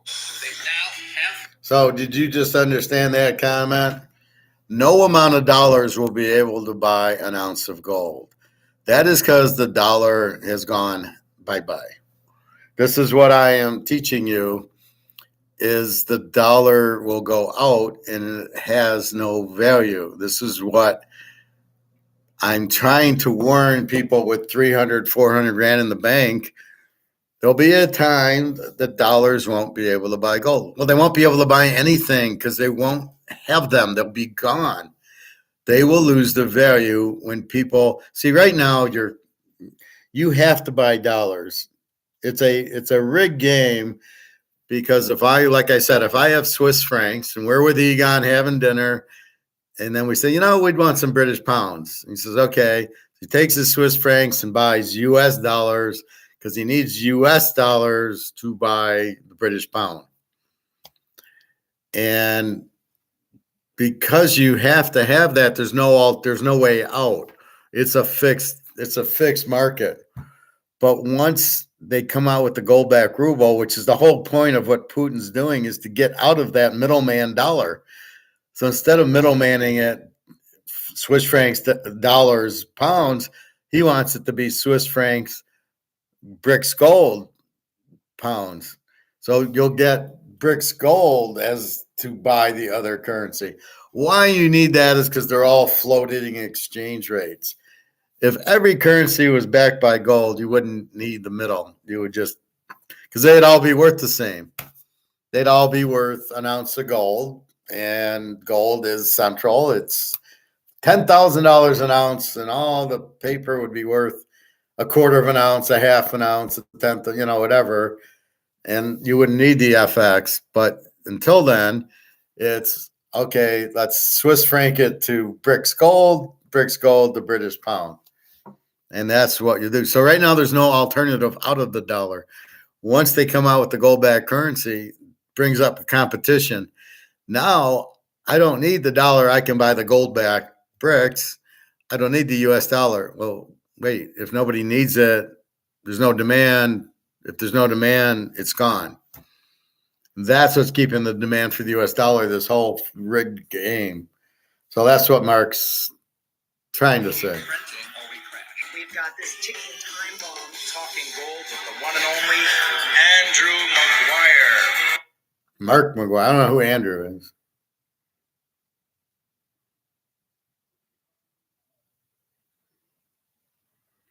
We did a lot of work on this. Unlimited casino chips could have been generated by the Fed insiders to be able to rig this very bearish technical indicator. Historically, this would have been a slam dunk exercise. But as we've been drawing attention to, for the first time in over 50 years, these insiders have become vulnerable to being called for delivery of these unbacked casino chips. Now, simply put, any COMEX Gold open interest chips that can't be cash settled amongst these captive casino participants who are these CTAs locked inside the casino, forbidden to access the 10 times larger, non-farm, NSFR compliant spot gold FX markets. So anything in excess of what could be cash settled against them inside the COMEX bubble is now able to exit the COMEX back door. And we talked about this multiple times. It's called the exchange for physical mechanism, which is the back door. So if you recall, we spent a lot of time drawing attention to how when the global foreign exchange gold markets that must represent deliverable bullion becomes physically backed, when it became physically backed last year on the 1st of January by these Basel III NSFR regulations that came into effect, the EFB backdoor became the insider's Achilles heel, severely limiting the scope of their gold price containment agenda. And this was the untold story of 2023. And now we have entered 2024. This will force discipline on the only cash-settled global exchange that's left, literally forcing them to comply. And this is the game changer that during 2024 will shake the COMEX shackles off gold. Now, the moment undeliverable COMEX casino chips hit the 10 times larger, physically backed, compliant global foreign exchange markets, the paper market then turns into a physical market. The piper at this point has to be paid, therefore generate. And that's the best news you could ever hear. The paper market turns into the physical market. That's when you get your $50,000 an ounce. Not right away, but because if you really had the physical market, it would never be anywhere near 2,000 or 25 for silver. It's all paper derivative market. Once it blows up and we have the physical market that Mark's talking about, just Katie bar the door, these prices are be sky high. And that's what I'm waiting for. And then I go buy a nice island somewhere. And that's it. I mean, that's my retirement. Everybody's retiring in the stocks or, oh, I got a CD getting 3%. Oh boy, the dollar will be gone. I mean, this is what the problem is. These people are so stupid. They want you to buy stocks to retire. They want you to buy dividends. Oh, buy your life insurance. And I did. It's called gold. I don't need a dividend in gold because gold's going to go from 2,000 to 20,000. The fuck do I need a dividend for? So that's it. Once that happens and they get out, the COMEX blows up to the physical market and we sing hallelujah. And we'll get on our knees and start crying, going, it's finally happened. And it's just amazing to me that everybody's just going on like nothing is changing. Well, in 2008, this happened, and it just everything kept going. And in 2000, with the dot-com burst, and in 08, all the real estate. But you know what? It'll just keep going. Everything will be fine. This is how stupid people are. It was never the debt. The debt is the problem. So we got COMEX blowing up. And let's go to 14.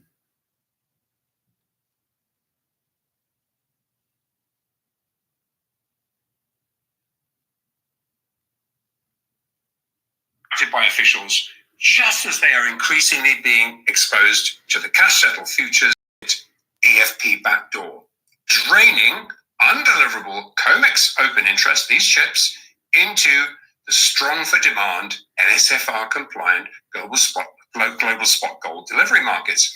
Now, the alchemizing of COMEX paper gold into physical bars will increasingly limit the official dollar gold interventions, which can only be generated inside the only global exchange that is not yet Basel III compliant.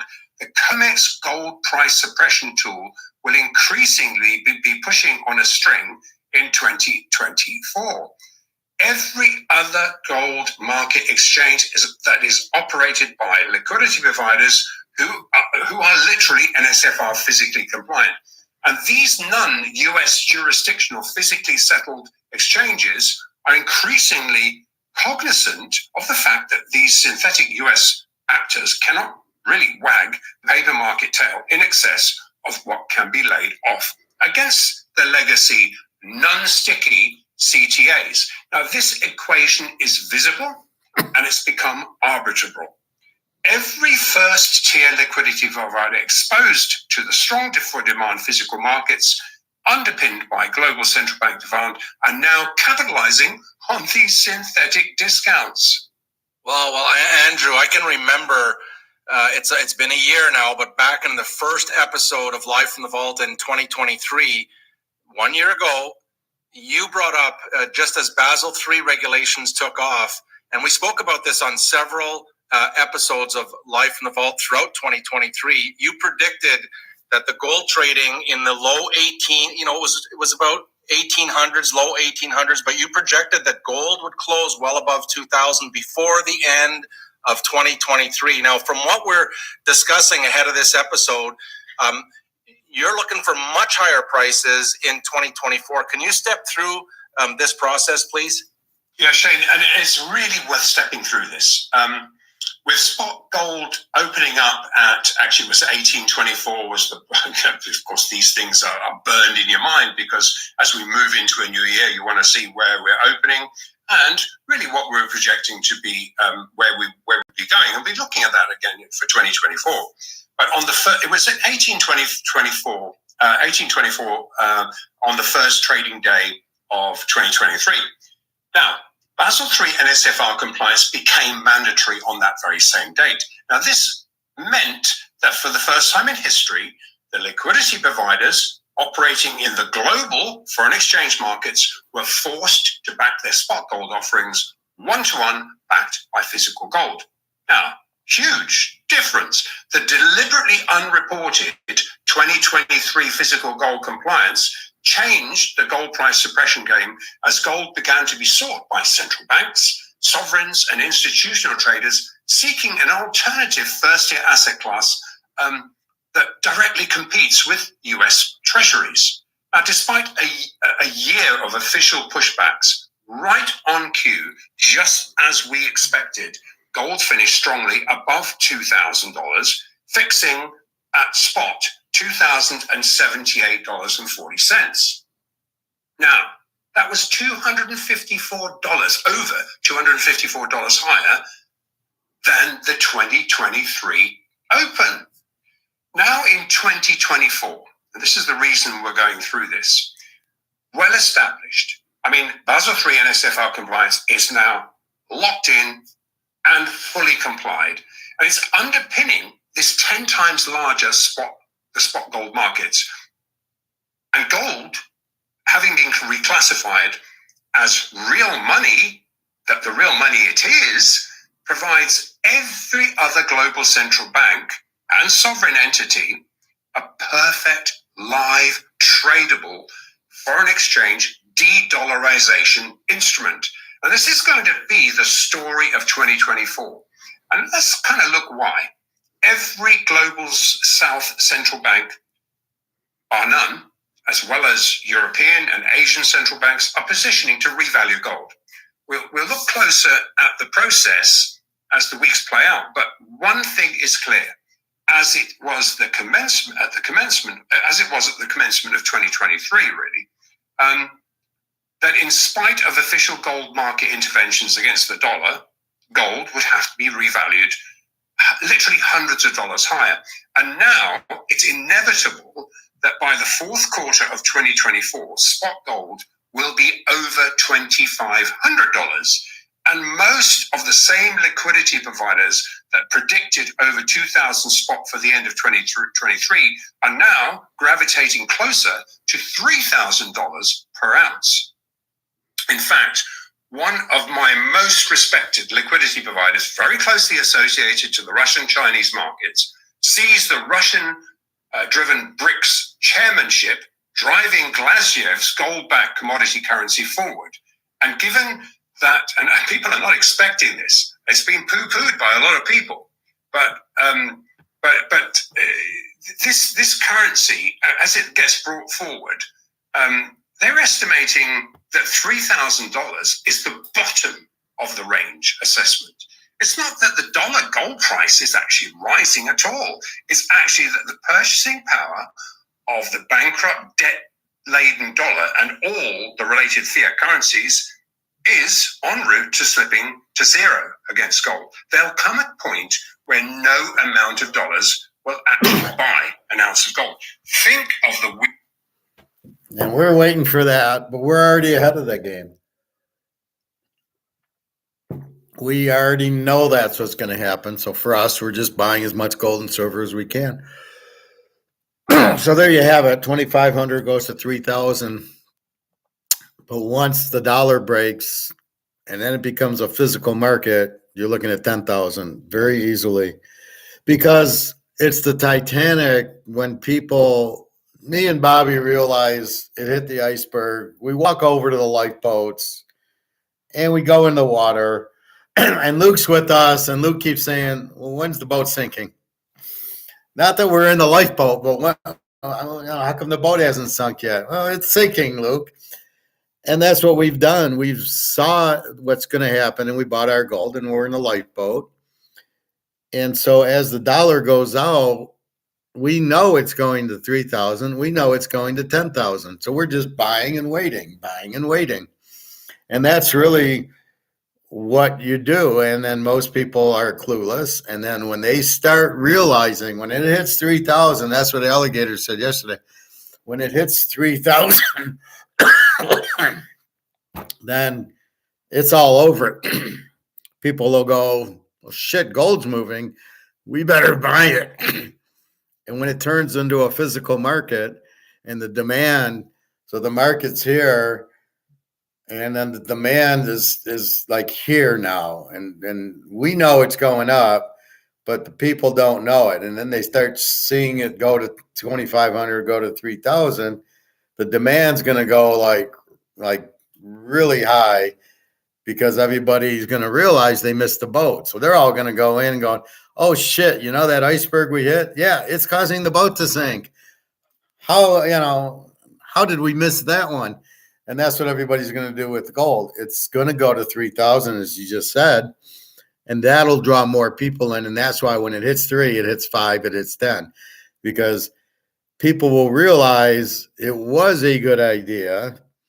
It is moving. It moves. Everything else is collapsing because it's tied to the dollar. It's tied to the Titanic. So everything is going down, but gold is going up. I need to buy gold to save my life because otherwise my 400,000 in the bank's worthless. And my only out is gold. And gold's going to go up for you. So not only are you going to save your life by having your 400 grand turn into zero, but it's going to be in gold and it's going to turn into 20, 30 million. And that's how you win the game. Well, we know how to win the game.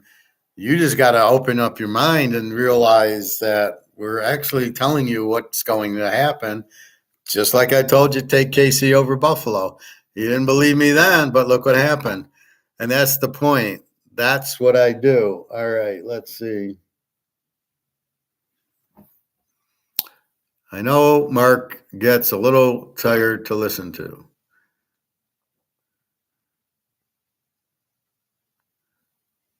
Today, had gold not been revalued as a first-year asset class in January 2023, this purely synthetic chart-painted attempt to create a technically bearish setup for 2024 failed. And despite the follow-through attempts witnessing now to create a negative feel during this first few days of action, as again, we're recording this on Wednesday, our first-tier liquidity providers representing central bank and sovereign demand are salivating.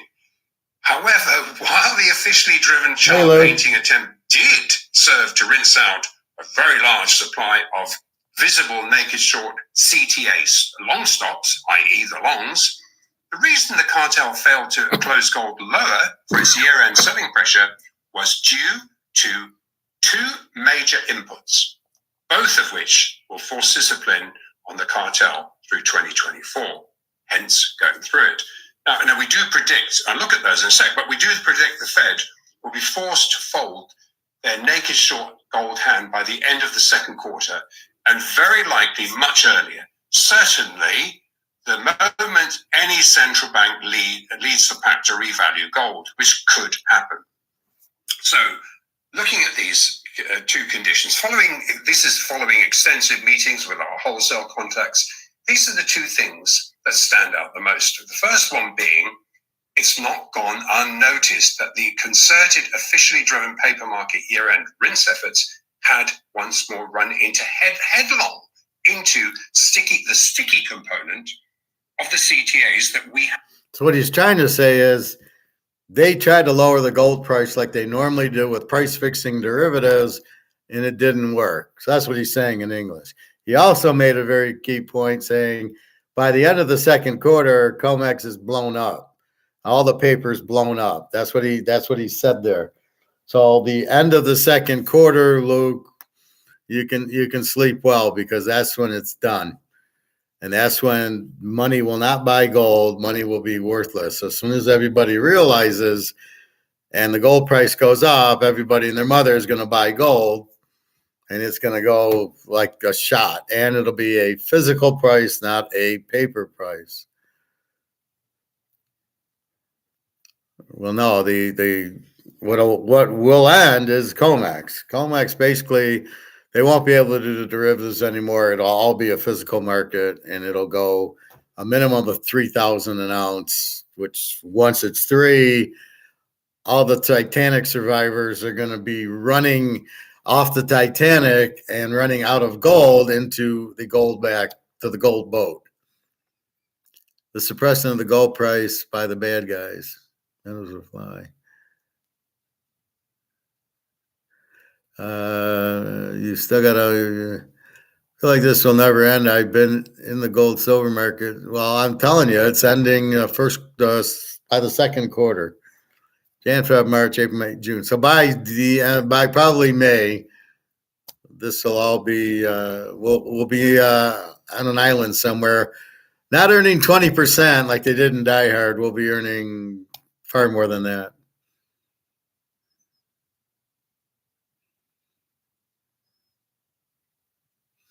So you see, because of BRICS in Russia and China, they're the good guys. They're the ones with the white hats because they're going to get rid of the dollar by having a go back. As I said earlier, if you're a Swiss, so we're friends of Egon. He's taking us to dinner in England, so he sells his Swiss francs for U.S. dollars because he needs U.S. dollars to buy British pounds, so he can pay for dinner. And what Putin wants to do in BRICS is instead of taking francs to dollars, dollars to pounds, he's going to take francs to BRICS back gold currency and BRICS back gold to British pounds. And then you don't need the dollar. And then nobody wants the dollar. What happens? She's worthless. That's what they want to do.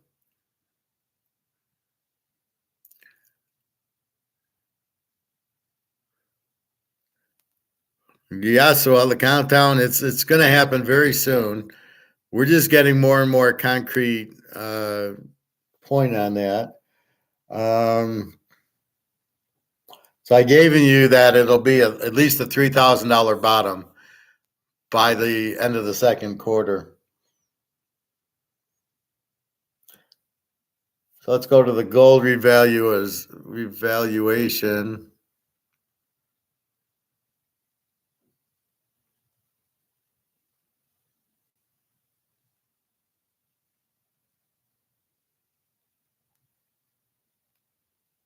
What they can offset against these CTAs in the casino, they're not going to risk any of their bullion holdings being put at risk.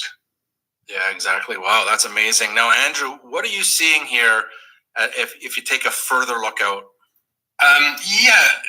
Earlier we touched on the Russia-driven BRICS chairmanship that took effect on the 1st of January, formalizing the platform really for Glasnev's gold-backed currency to be 50-year-old old woman. We haven't even addressed the expanding global South BRICS footprint. As of the 1st of January, Iran, Saudi Arabia, Egypt, Ethiopia, United Arab Emirates, they've all now formally joined the BRICS group of major emerging economies. In effect, expanding the bloc's footprints in the global south and growing its economic and political clout on the world stage, establishing a real counterweight to the Western-dominated G7. Now, this is as powerful a bullish for gold game changer as when gold became Basel III compliant on the 1st of January 1 year ago. Both were underestimated. Both were and are currently underestimated. And while gold being formalized as a first asset class 1 year ago raised the dollar price of gold by over $250, meaning that despite a year of official Fed interventions to cap gold during 2023, it ultimately cost $250 more of freshly printed dollars to buy the same fully paid for ounce. The story is about dollar debasement as benchmarked against gold, not gold rising in price at all. And as far as this year's estimates of how many more dollars it will take to buy the same ounce of gold have also been grossly underestimated, and a general consensus is a floor is being established at $2,500. And this is especially relevant given the current geopolitical escalations have accelerated Russia and China's endeavors to open up fresh sanction-proof trade routes, rapidly escalating the de-dollarization process. Now, Andrew, at the very top of our list of questions in 2023 was de-dollarization. I know that over the holidays, you've been in extensive meetings with your global contacts. Can you give us an estimation of where we're at in this process? Yes, Shane. Looking at this de-dollarization process, Taiwan escalations aside, it doesn't suit China right now to shoot themselves in the foot by invoking the nuclear option of openly dumping treasuries. But they're on record stealthily easing their oil trade out of the dollar into competing BRICS currencies. And while this is being played down by the news services, given the PBOC has stealthily and very conservatively accrued at least 35,000 to 40,000 tons of physical gold reserves, So they would greatly profit from acting alongside Russia as a key gold liquidity provider to back the outlined BRICS gold-backed commodity currency. Now, the moment Glazniev's gold-backed currency is formalized, and our contacts promise us updates on this very soon, China will increasingly adopt this sanction-proof oil for gold trade. Currently, it's Russia's Putin and Saudi Arabia's Mohammed bin Salman who are leading the de-dollarization process. And given they are the key players in all of the energy complex, Pareto's law comes into play here.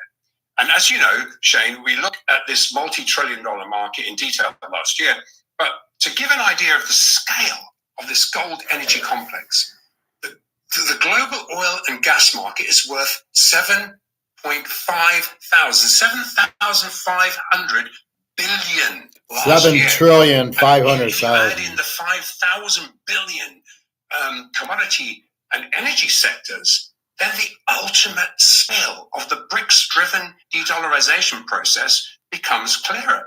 Obviously, it's not happening overnight, but think about the scale of this. And our well-collected liquidity providers have assessed a minimum $3,000 per ounce. And this is not hard, actually, to estimate. Adding gold as a benchmark to create a basket of gold-backed currencies, gold-backed commodities, will enable the diversification of central bank reserve holdings, allowing these largely exporting emerging markets to gradually opt out of the increasingly weaponized SWIFT payment system. An alternative gold-backed currency becomes the only sustainable currency to benchmark a commodity price as to facilitate a liquid enough non-dollar trade between nations. And this is on the front burner right now. I think it's so missed. As the gold for commodity benchmark eats into this unipolar dollar-centric priced commodity market, it will accordingly require many more competing freshly printed dollars to buy the same ounce, kilo, ton, or of dollar-denominated gold. And we're in close contact with our well-connected first-tier liquidity providers and our Russian refinery contacts, really to better assess how this will translate into a real physical supply-demand price and on what timescale. But what is clear is the current Western cartel paper gold derivative game is ultimately going to implode. Nobody wants a claim on gold, a gold promise. They want the real thing. And Basel III regulations make accessing bullion really easy. And as the process gains. And that's the bottom line because Mr. Stone Cold said so. So there you have it. COMEX blows up, gold a minimum of 3,000, but that's a paper priced 2,000 will be a paper price 3,000. Once COMEX blows up and you make this a physical market, as that's what's headed, and everybody starts to realize, oops, we fucked up with gold. We should have bought it, and silver, of course. We fucked up. They're all going to run because what do I do when I go to the coin store and the guy says, how come when the gold price goes down, you're the only one in here buying? And when the gold price goes up, everybody else comes in to buy. And this is because they don't understand. They think when it goes down, it's going to tumble. They don't get it. But when it goes up, they panic to buy it. Well, let's put the panic out there. Once you see gold hitting 3 and 4 and the gold-backed currencies, and you're sitting on 300,000 in the green shit and this crap, so you got 300 grand in the bank in this shit, and you've got a house, or you're foreign, and you've got this shit, and here comes all this gold back. They're not idiots. They realize gold is 100 times better than this. Then here comes the stampede into gold, and that's what we're waiting for. We are ahead of the stampede. We're ahead of the Titanic sinking. That's where we like to be. We're ahead of the game. Everybody comes in and buys. They see the 3,000. COMEX blows up. And now where are we at? And I don't know who's going to keep price of it. I hope it's on eBay like this, and whoever bids it up and sells it. And, Luke, you'll be able to take your box of silver and just add a couple of zeros to it and say, that's what I want. I know I spent 15 grand on it, but I'll give it away for 150 grand. That's what Luke's going to do. Or $1.5 million. How's your coin guy's inventory these days? Does he have more silver or gold? He doesn't have any silver. He can't get it. He gets this weird silver. And as far as gold, I think I showed you that. This was about a week ago.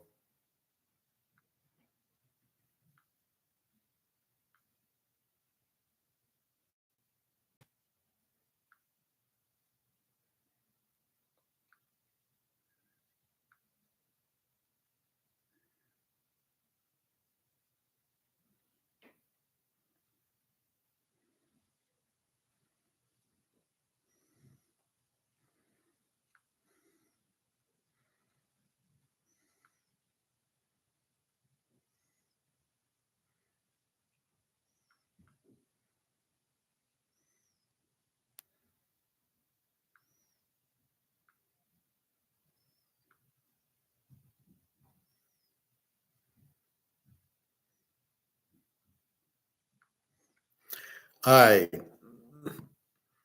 So it's about a week ago. This is what he had. The top are silver bars. These two are ounces. These are, I think, quarter ounces. He had my 4 Maple Leaf 10 ounces. Then he had the American 10 ounce. If I bought these 2/10 of an ounce maples, then he's got the 4 on the bottom are Eagles. And then this looks like 2 Maple Leafs and something I don't know and something I don't know, but I would still buy them. And then we got the 3 Cougarans. So he's basically got 4, 8, 11 ounces. He's got 7 half ounces minus the 2 I bought was 5. Then he's got these 2 1-ounce bars and these 2 quarter-ounce bars. And that's what he had. So I bought these 2 Maple Leafs up right here for $244, which I thought was a steal. He had these, which are the US, for $250. And I don't know why he sells them for $250, but he sells the Maple Leafs for $230. I go, I'll take the Maple Leafs. It's 1/10 of an ounce of gold. I don't give a fuck what country it is. It doesn't matter. And he still wants $250 for the US, and I still scratch my head going, what the fuck are you doing? So I bought these too.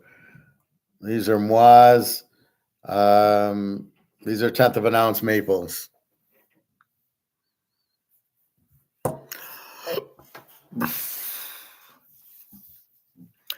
Physical gold could push. Why? Oh, 400 to 40K. Physical gold could push a Bitcoin. 400 to 40K. I don't know what that means. Yeah, Luke is panicking. These coin dealers will have to buy bulletproof vests, glass at that point. Don't worry, Luke. Stay calm and cool because metals will prevail. Not panicking, just pissed. Why are you pissed, Luke? All right, cool. I thought you were in the corner of your bedroom sweating, shaking, and shivering. There's Cool Hand Luke. Yeah, I don't. What does he mean? What do you mean, Luke, by 40 to 400? It could push. Physical gold could pull a Bitcoin. 400 to 40K. I don't understand. Isn't Bitcoin at 40K? So are you saying gold? What's 400? Is that the 1/10 of an ounce I'm showing you? It's not 400. It's 234. He's pulling a Bobby there. I don't know what Luke's saying. The coin dealers, well, I mean, they already should be in bulletproof vests. They have tight security. I noticed I've been there at night and they'll put everything in the safe. They don't leave anything out. Bitcoin went from 400 to 40K in a matter of a few years. Okay, so what are you saying? Gold goes from 2,000 to 40K? Yeah, I mean, well, I've been saying 50K. Yeah, but the difference is Bitcoin was not held back by COMEX. So if you didn't have COMEX, that's probably where gold would have been, 40K on its way to 100K. And it's not the inverse of the dollar. The dollar's got nothing to do with gold. Gold's gold. As people realize the dollar's worthless, they'll run into gold, but they should be in the gold in the first place. What are they waiting for? And then, Luke, I did share about the stocks. I think with Egon, and I think you were on, and it just says the stocks they're all, nobody wants them, so therefore they're all down, the gold stocks, and the market's going to collapse because the foreigners are going to want to get their money out. They're going to sell their gold. It's not a bad thing, but not now. That's why I say just wait and let it crash. You're still better off in coin, but let it crash and then it'll go. But you got to understand the difference. Stock market it's eBay, right? It's all commodity. It's all funds. It's all auctions, right? Gold's not really an auction. Gold's money and gold's gold, and the coin, will drive it higher than the stock because nobody will want to be in stocks. I think he means that gold can do a Bitcoin act, as in flying rapidly up in a short time span. Yeah, in his roundabout way, I think that's what he was saying. We already said we see 50,000, so I don't really need the Bitcoin reference, but okay. Bitcoin is like the Oregon of assets, not the most trustworthy, but can sure stack up points and has good defense too. Gold stocks are basically at all-time lows, but because nobody wants them, all the Keynesian liberal socialists that are running our country, the Keynesians, don't believe in gold, so they don't believe in gold stock. That's why these 7 stocks are going through the roof, because nobody wants these stocks. They all want the Apples and the Teslas and the Microsofts, even though they're not really good. That's what they want. So keep that in mind.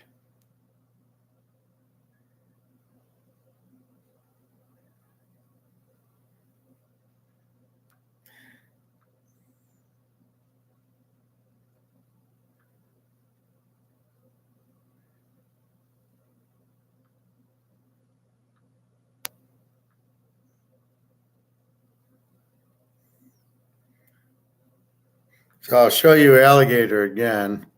Ukraine basically will, guess what?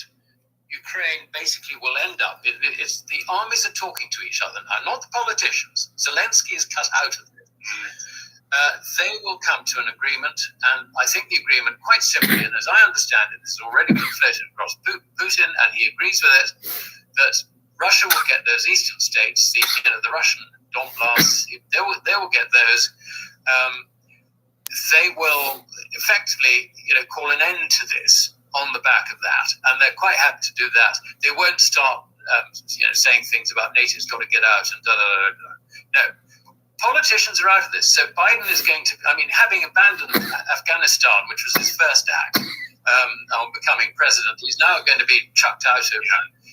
They're trying to keep quiet about that, but that's actually what is happening. How do we get out of this without anybody noticing is basically what they're saying in the White House.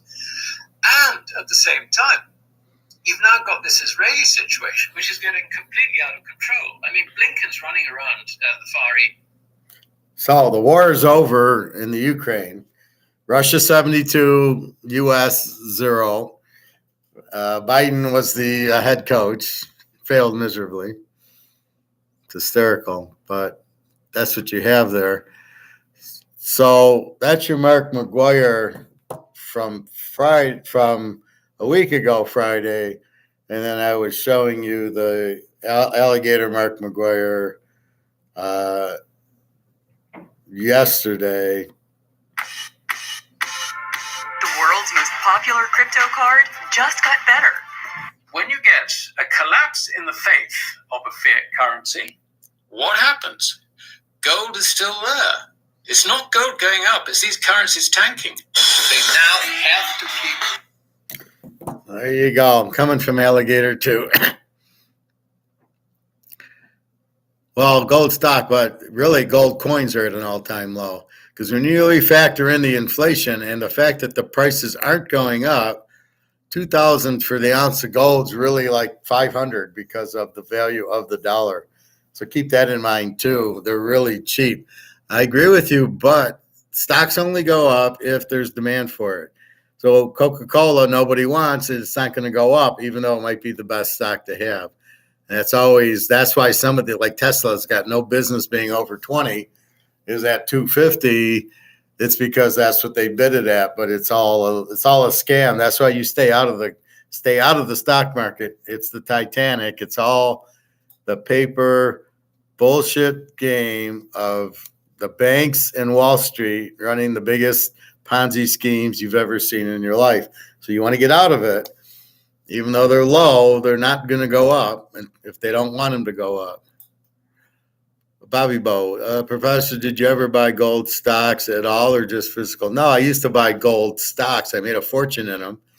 I told you I would buy Newmont Mining, and I'd wait for that 10 o'clock drop, and it would go from 50 to 49.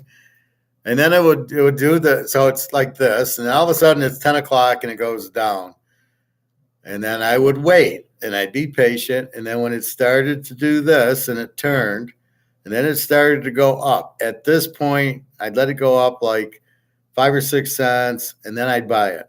And I'd buy 1,000 shares at $50 a share. So I'd buy $50,000 worth, and then I'd let it go up, and then I'd watch it. And then when it started to turn and started to do this or started going up, I'd sell it. And I'd make 50, 60 cents a day at 1,000 shares, $500, $600. Do that 5 days in a row. It's a no-brainer because you know you're getting at this 10 o'clock crap. So 10 o'clock to 10:30, I know I'm going to get that every day. And then as it starts going up, it's a no-brainer. Just buy it and then let it go because it's an algorithm. You let it go, and then as soon as it starts dying, you get the hell out. Whatever you made, sometimes 30 cents, sometimes $1. And that's all you cared about. And then you know, okay, work's over. And you'd wait till the next day at 10:30. And even now it does it every 10:30. So that's how I used to make money at it. But then it started to drop. As Luke's saying, the prices will go down and down and down. And then Biden came in and I smelled something funny. So I ended up going into the gold and silver themselves. So the 50 grand that I would put into the stock, I started buying the gold with. And so I buy all the gold and silver with all the money. And now I have nothing in my stocks. And it's all sitting in, as I show you, in my gold and silver in my safe. That's where my money went. It should be like, it's like Mahomes as a dog, gold going up. It's like, don't worry about it. So yeah, Bobby, I did buy gold stocks, but I day traded them because you knew there was that 10 o'clock drop. So all you do is, if you know it's not a real drop, it's a fix from England. London was dropping it on purpose. So if you knew it wasn't from demand and it was a fix, you let the fix happen and then you let the demand bring it back up and you jump on the elevator. So anytime you know something's fixed, that's how you make money at it. Had it been a normal demand drop, everybody's selling at 10 o'clock, I wouldn't have done it. But knowing it was a fake drop, because I looked at 10 gold stocks and they all did the same at 10, as well as my big gold picture when I just said, what's the price of gold? And the same thing at 10 o'clock, it does the same fucking thing, right?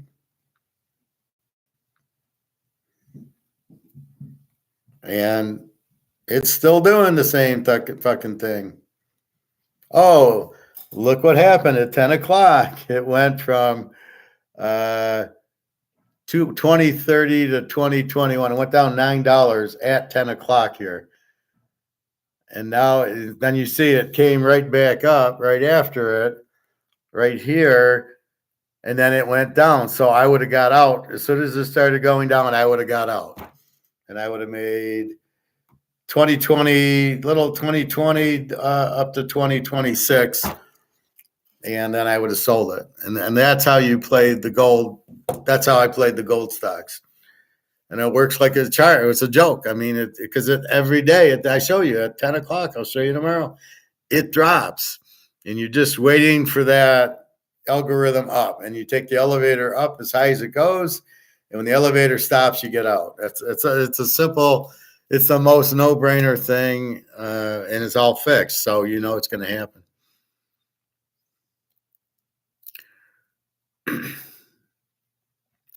Luke, I've lost more than half of everything invested in the mining stocks over the past 10 years.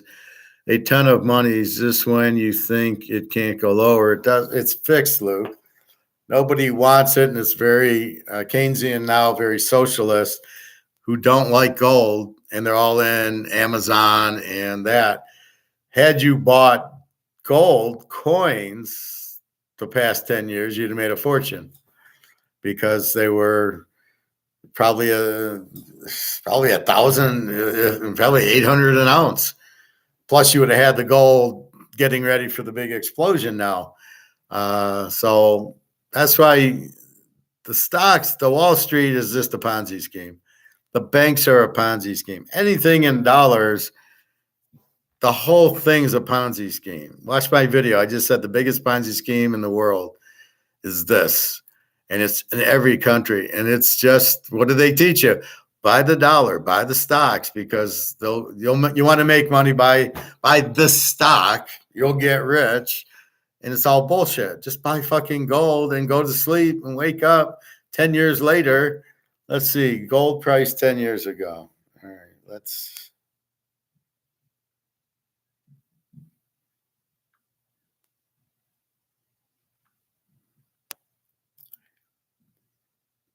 So 10 years ago, gold was about 1,400 an ounce, right here. 1,400, maybe 1,300. Went down to 1,100.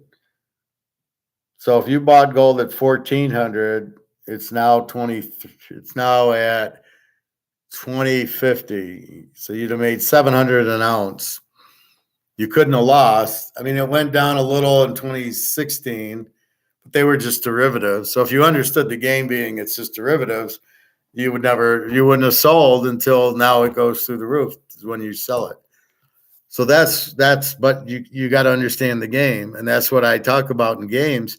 You got to understand women. You got to understand blackjack and poker and all the games that the casino offers and all the games in work and in life and in women. It's all games. You just got to understand the game, and then you go from there. And that's hard to do, but you got to at least think like that, right? Luke, I would think if the gold price starts to run, gold, silver miners will go 5 times greater. Don't bet on it. We know that the gold coins will go up. You're still stuck in the stocks. They should, but we know the gold coins are going to go up. We're going to go to 3,000 from 2,000. That's 50%. You're looking at 5 times, maybe. Is there going to be demand in it? The gold price, you said the gold stocks are at the all-time low, but yet the gold price is 2050, right? So if the gold price is at its near its all-time high, why isn't the gold stocks at an all-time high? So it's not correlating necessarily. I know what you're saying. The gold's the inventory of the company. If the inventory is worth more, the company is worth more, the stock should be worth more. Agreed, but that's not reality of the stock market. And then also what we found out yesterday is that like China, who we now know is the one price fixing JP Morgan, they'll go directly to the mine to buy. So they don't go anywhere. They go right to the gold mine and they go, give me this much gold and this much silver. And that the mine looks at COMEX and that's what they sell it for. So every incentive for China in there is for the derivatives to keep the price down so they can buy it from the mine cheap. But that's all going to blow up very soon. So they won't be able to. The COMEX will be gone. The mine will have to then find the real price, which will be much, much higher. Luke, I've listened to feel a lot more comfortable having the physical. I learned to, well, they can't print it, right? You can't print physical to zero like you can do the derivatives. And you're getting the physical at a paper price, not a real physical price. And as I pointed out, the real physical price is coming around the corner in the second quarter. So as COMEX blows up and the real physical price goes, then you're going to get a real physical price for the real physical coins. And it'll be much, much, much, much higher.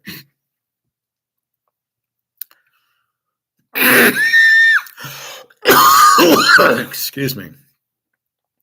Professor has had a lot to do with the new mindset. Well, thank you, Luke. Also, silver should 10 times if gold flies, right? Are you worried about that, Bobby? We showed you that it's really more corrupt because they use it for industrial use. So they need a lot of silver, and the demand is through the roof because the price is 25, and they realize the price is going up. You know, if they realize the price, that the need for silver is going up, and they know the price is going to go up because of this whole BRICS thing, they're buying it hand over fist, but it's not correlated to demand. There is no free market of silver at this point. Now, silver will follow gold.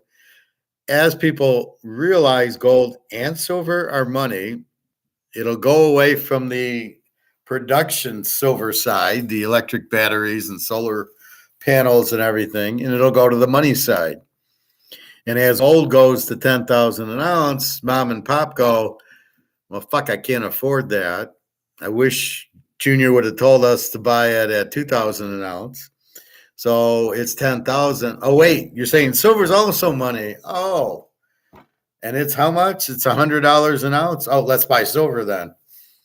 And the push to buy silver. Now, keep in mind, there's only 550 million tons of it. No, 550,000 tons of it. And that's not a lot. You can't print it. The best part about silver is it wears out. You put it in the engine and it dies. The silver's gone. So it's not like gold is. I'm wearing Julius Caesar's necklace here, or better, Marcus Aurelius's. This is Roman gold I got on because it's indestructible, right? So if the Romans had their gold, they melt it down. It's on Howard's neck. The silver can't be. The silver's gone. It wears out. And so you can't replace the silver. So as they buy it all for these batteries and solar panels and windmills and all the other bullshit, it's gone. So now you've taken a chunk off the market. So the market's smaller and smaller. Now there is more silver than gold, but not a lot, which is why gold's 2,000 an ounce, silver's 25. But we all know the 25's horse shit. So, yeah, Bobby, once people realize gold going up, they won't be able to afford it. And here comes silver. So you got to wait a little longer for silver, but it is a precious metal. It is money, and it will fly. And as people realize how cheap it is versus gold, everybody will run into that. So, yeah, you'll be fine, Bobby. Don't worry. Just you got to be a little bit more patient. But not like Bobby's sweating. Like gold, silver should go up, right? right. Look, I think so, Bobby. Historically speaking, silver miners could go more than physical, assuming the stock market still exists. It won't. Well, professors said that the at is about to end, so that should bring markets back up. Well, there's markets now. They're just not. They're not connected. They have a market called COMEX, and it's the most illegal thing. They do derivatives to keep the prices on the commodities down. So once that goes, then there'll be real markets, like the Mahomes card is a market, like the Canadian Club. These are all markets, right? This is, you put it on the shelf or on eBay, and there's a buyer. So as long as there's a seller and a buyer, there's a market. With gold, it should be similar. It should be a physical gold market, not a paper gold. So you can't do derivatives to keep the price down. People will be wanting to buy it because there's more buyers than there is sellers, because there's only 250,000 tons of gold, right? That's it. But we know Russia and China have 100,000 of the tons, so there's only 150,000 tons, except for, wait a minute, all the central banks and BRICS are buying gold. So let's knock another 75,000 out. Oh, so there's really 175 of the 250 gone. So there's only 75,000 tons left. How many people are in the world? How many banks, Goldman Sachs and JP Morgan probably are bullion dealers, probably have gold. They're not stupid. So they're chasing around 25,000 tons of gold. And when you get everybody trying to buy it and we run out, the price goes up. And then we'll be like Eddie Murphy in Trading Places. I'll take 50,000 from you and 50,000 from you. I'll buy your house. I like Mercedes. I'll take that. And that's what we'll be. We'll be just sitting there going, okay. And Warren Buffett will go, but I have $2 billion. It's worthless, Warren. We don't give a fuck. We're not into fake money. We're into real money. The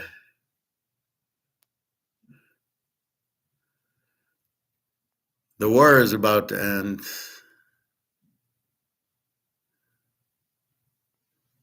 Said that how do you get war out of at is about to end, so it should bring markets back up. Well, the war is ending in the Ukraine and Russia. But the markets are controlled by we got to get rid of JP Morgan, and that's coming soon. Luke, Bobby, Bitcoin saved my ass. I made 300K on its rise. Was buying back at 3,000 and sold it at 42. I took all my profits into gold, silver miners and lost at least half of it within a year. Yeah, see, I wouldn't have told you to get into Bitcoin, but Bitcoin is like a penny stock, right? There's no value in it. It's just if you get lucky like you did. So good for that. But you should have gotten into coins. That's why I use the Tech on Wall Street guy. He lost 60 grand in the real estate trust. Then he killed everybody. So there was a happy ending. But had he bought gold coins like we buy, he'd have turned 60 grand into 120 grand. That's all he had to do was buy that, because this was 2007 when gold was still cheap. Let's see. Let's go back 15 years. Let's go back 20 years. So if we go back 20 years, look at the price of gold in 2004. It's under $500. And in 2008, it's $1,000. 2008, it's under 1,000.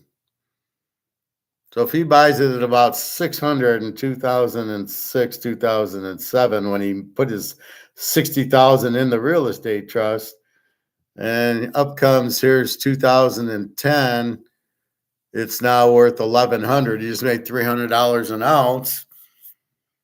And up in 2012, it's now worth 1,700. He ain't shooting anybody. Everybody's his buddy. That's why you buy the gold coins, because they can't fuck with it. They can't inflate it.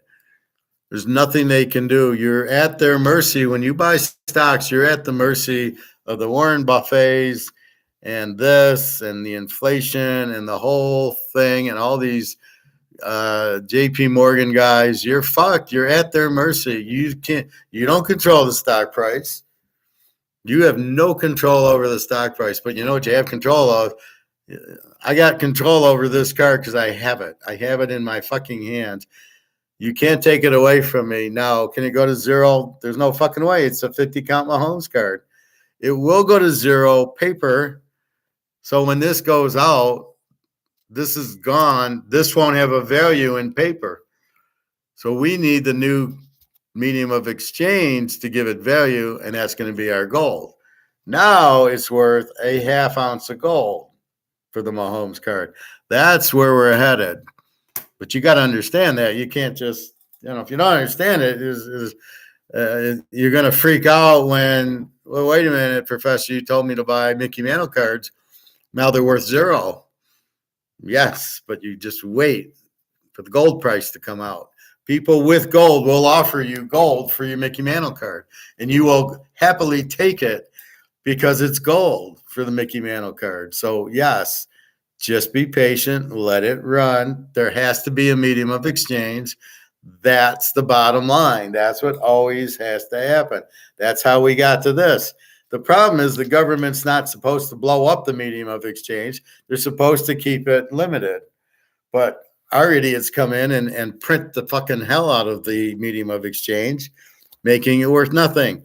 So the best way to look at that, this is simply a medium of exchange, something that you should get paid for so you could go spend, so you could buy stuff with it. That's what this is for, period. That's all this is for.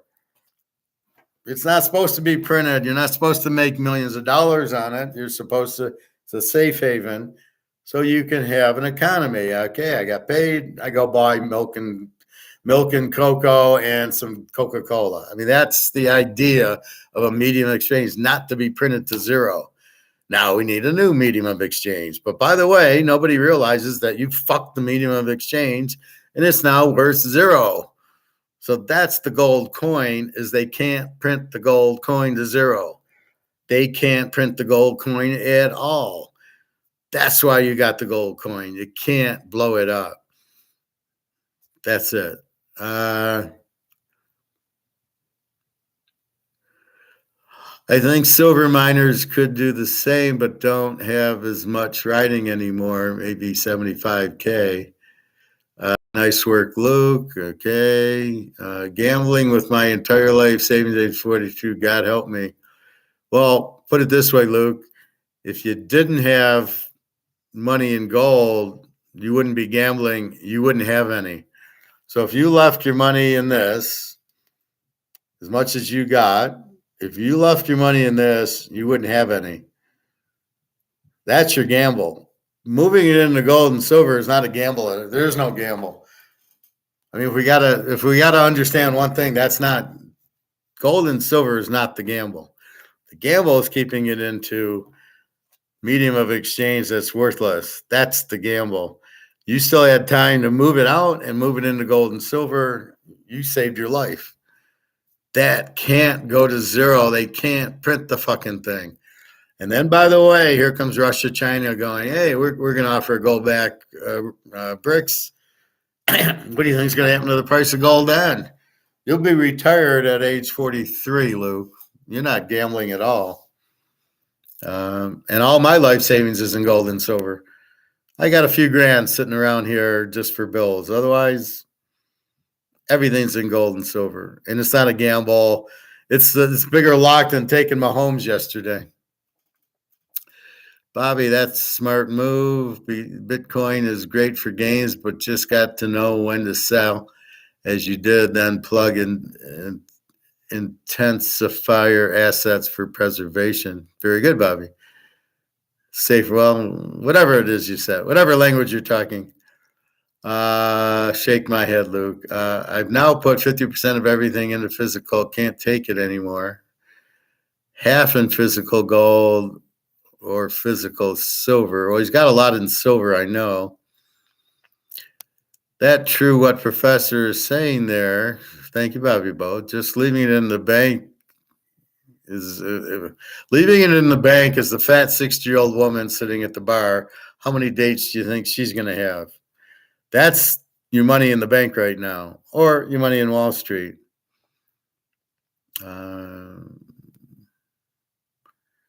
Well, most people are idiots. We know that.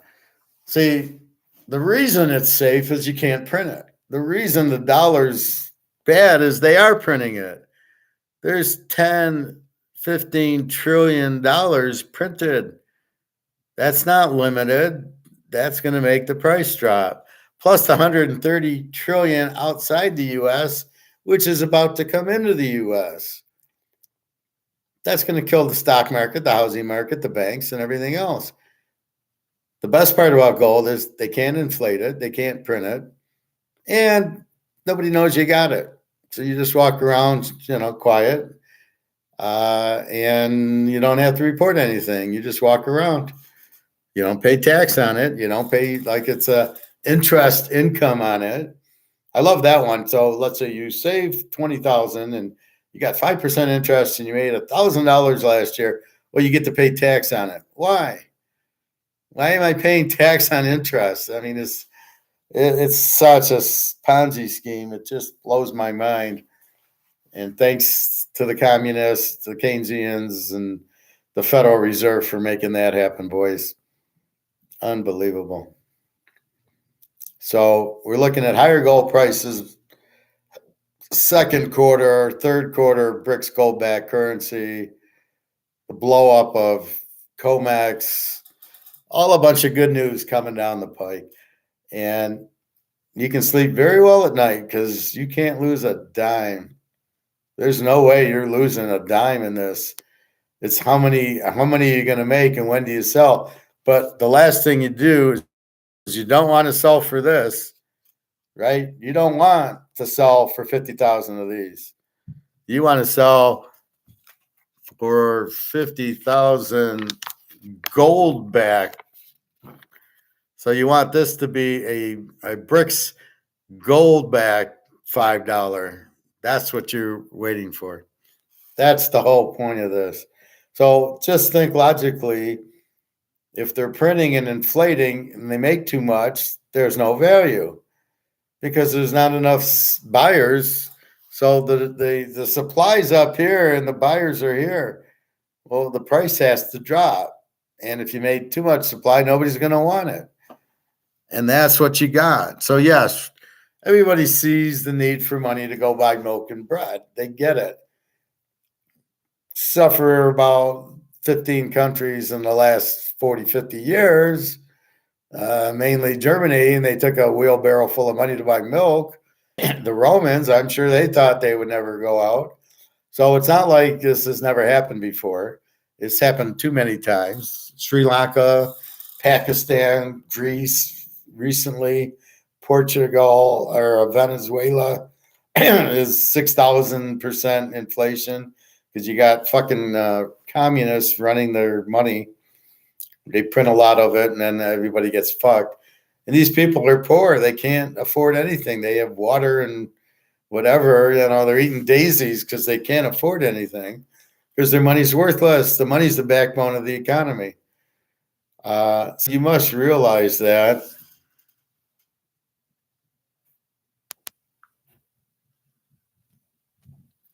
And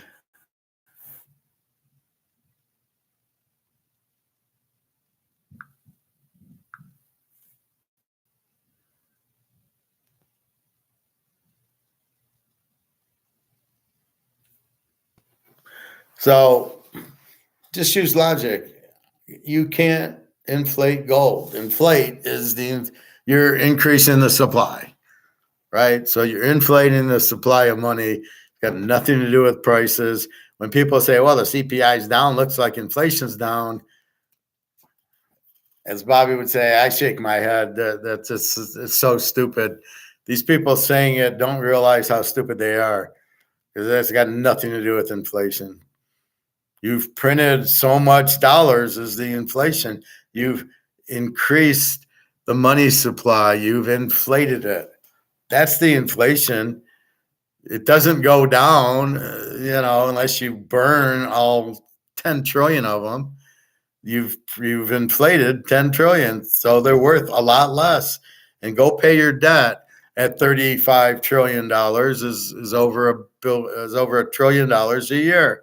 Where are you going to get that money from? You're printing it off the printing press. Oh, another billion, another trillion. Now we're at 15 trillion or 20. That's inflation. When the money comes back from these other countries, that's massive inflation. So just understand the basic principles. This is what's happening. They don't want to tell you because they want you to go broke and depend on the government, because that's what the government is. It's a bunch of fucking idiots who don't know how to get you to need them. So they have to invent a way that, see, now you need the government. Look, the Twin Towers, 9/11 caved in. Now you need us. We needed you to stop that from happening. And then, by the way, why did you have a demolition do it? Why didn't you stop the demolition? Oh, you were in on it because you were stealing gold. It was a gold robbery. Now you can understand why it was a gold robbery. There was like $100 billion of gold bars stolen from 9/11. So just, they don't teach gold. But if you understand assets and you understand limited, which you do, you understand this is only 50 of them. You understand that. So if you understand that's 50 and you know that's better than this one, and you know this is worth $1 because they printed 1 million of them. Wait a minute, that's only 50 is worth more than 1 million. Oh, okay. Geez, now I get it. And that's really what it is what you need to understand, that's why gold is gold. It's huge demand. It's extremely limited. It can't go to zero, but you must own the gold coins in your hand. You do not want an ETF. You do not want an IRA. You do not want gold stocks. You want the real shit. And as Mark McGuire said, people don't want the IOUs. They want the actual physical. Only get the actual physical. Put it in your fucking safe and just wait. 2 or 3 quarters. We're almost home. This war is helping us. And then you got Russia, China as our best friends all of a sudden. So my best friend's a Russian girl, but that's just coincidental. But that's where you're at with it. And you need Russia, China are blowing up the dollar. Putin, you just sanctioned Putin. He's kind of pissed. He won the game, and Ukraine's surrendering. So pretty much I want to be on Putin's team. Putin's team's loaded. Putin's like Mahomes. His teams win. So that's where we're at with that. I'll do alligators tomorrow. So we played a lot of alligators yesterday, but I want to go through the spots, like the 15-minute mark or the 18-minute mark. But we did a lot yesterday talking about it. And we'll do that tomorrow. Luke,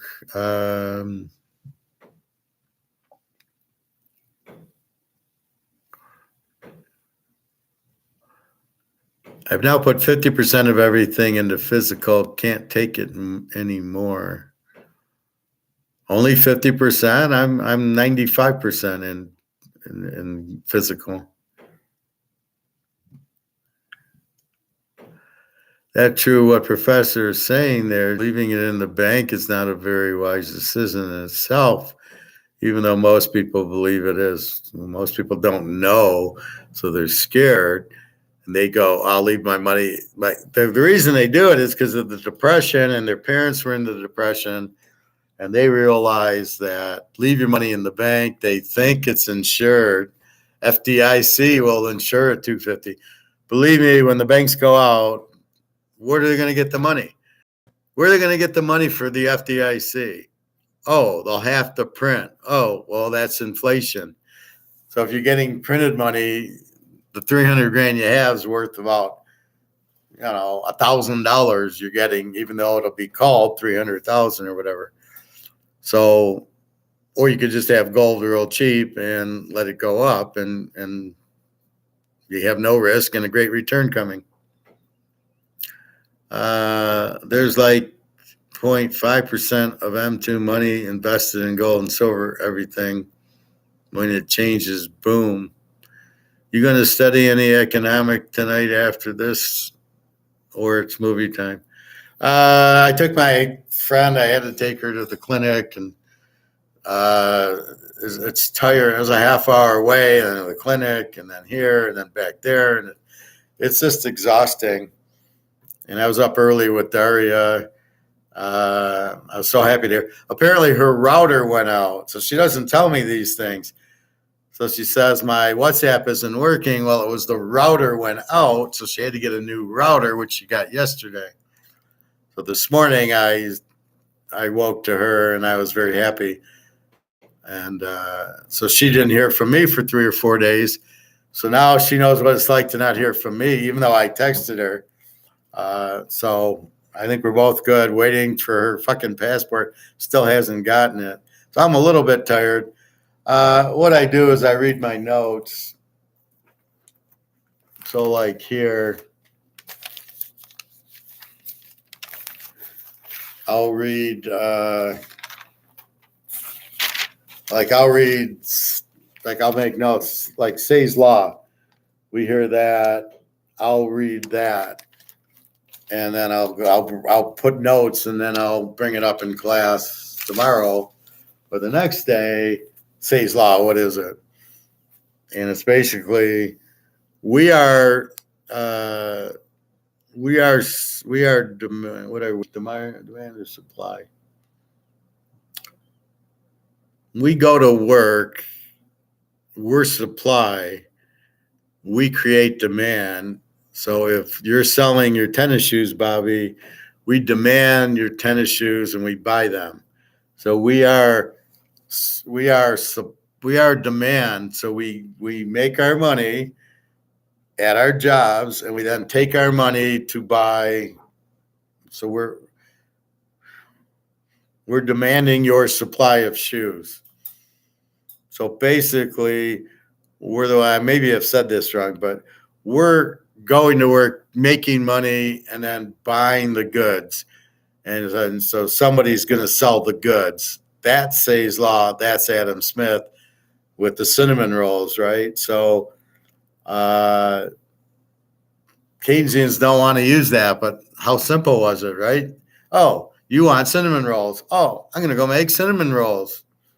And the farmer sells more wheat for the cinnamon rolls, and the chain goes on, and it's the most basic thing.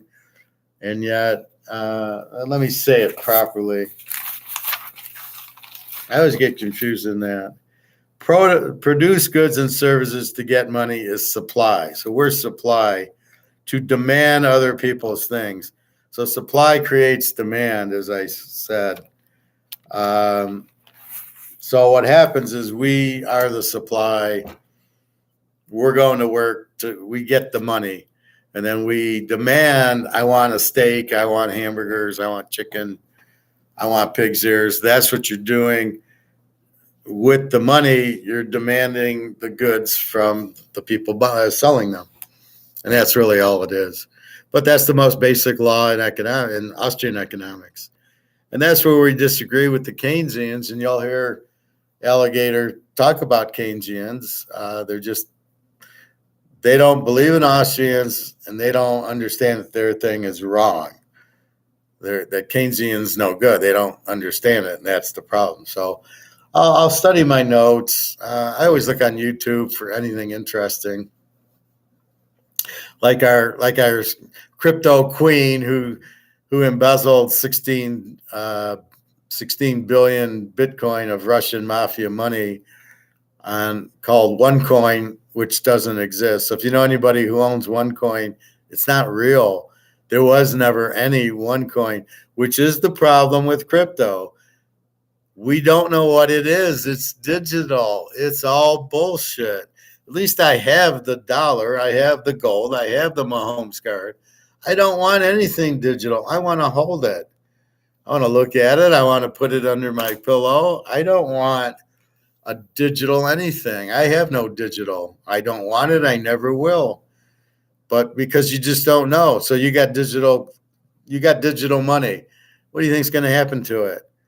It's going to get Bateman freed, or it's going to get this woman, this crypto queen, all of a sudden all the money's gone. Well, I have $1 million. No, you don't. That's why you got to be very careful with the gold. The next plan is to be careful spending the gold. And we'll wait for the new medium of exchange, but there's no way I'm going into crypto at all.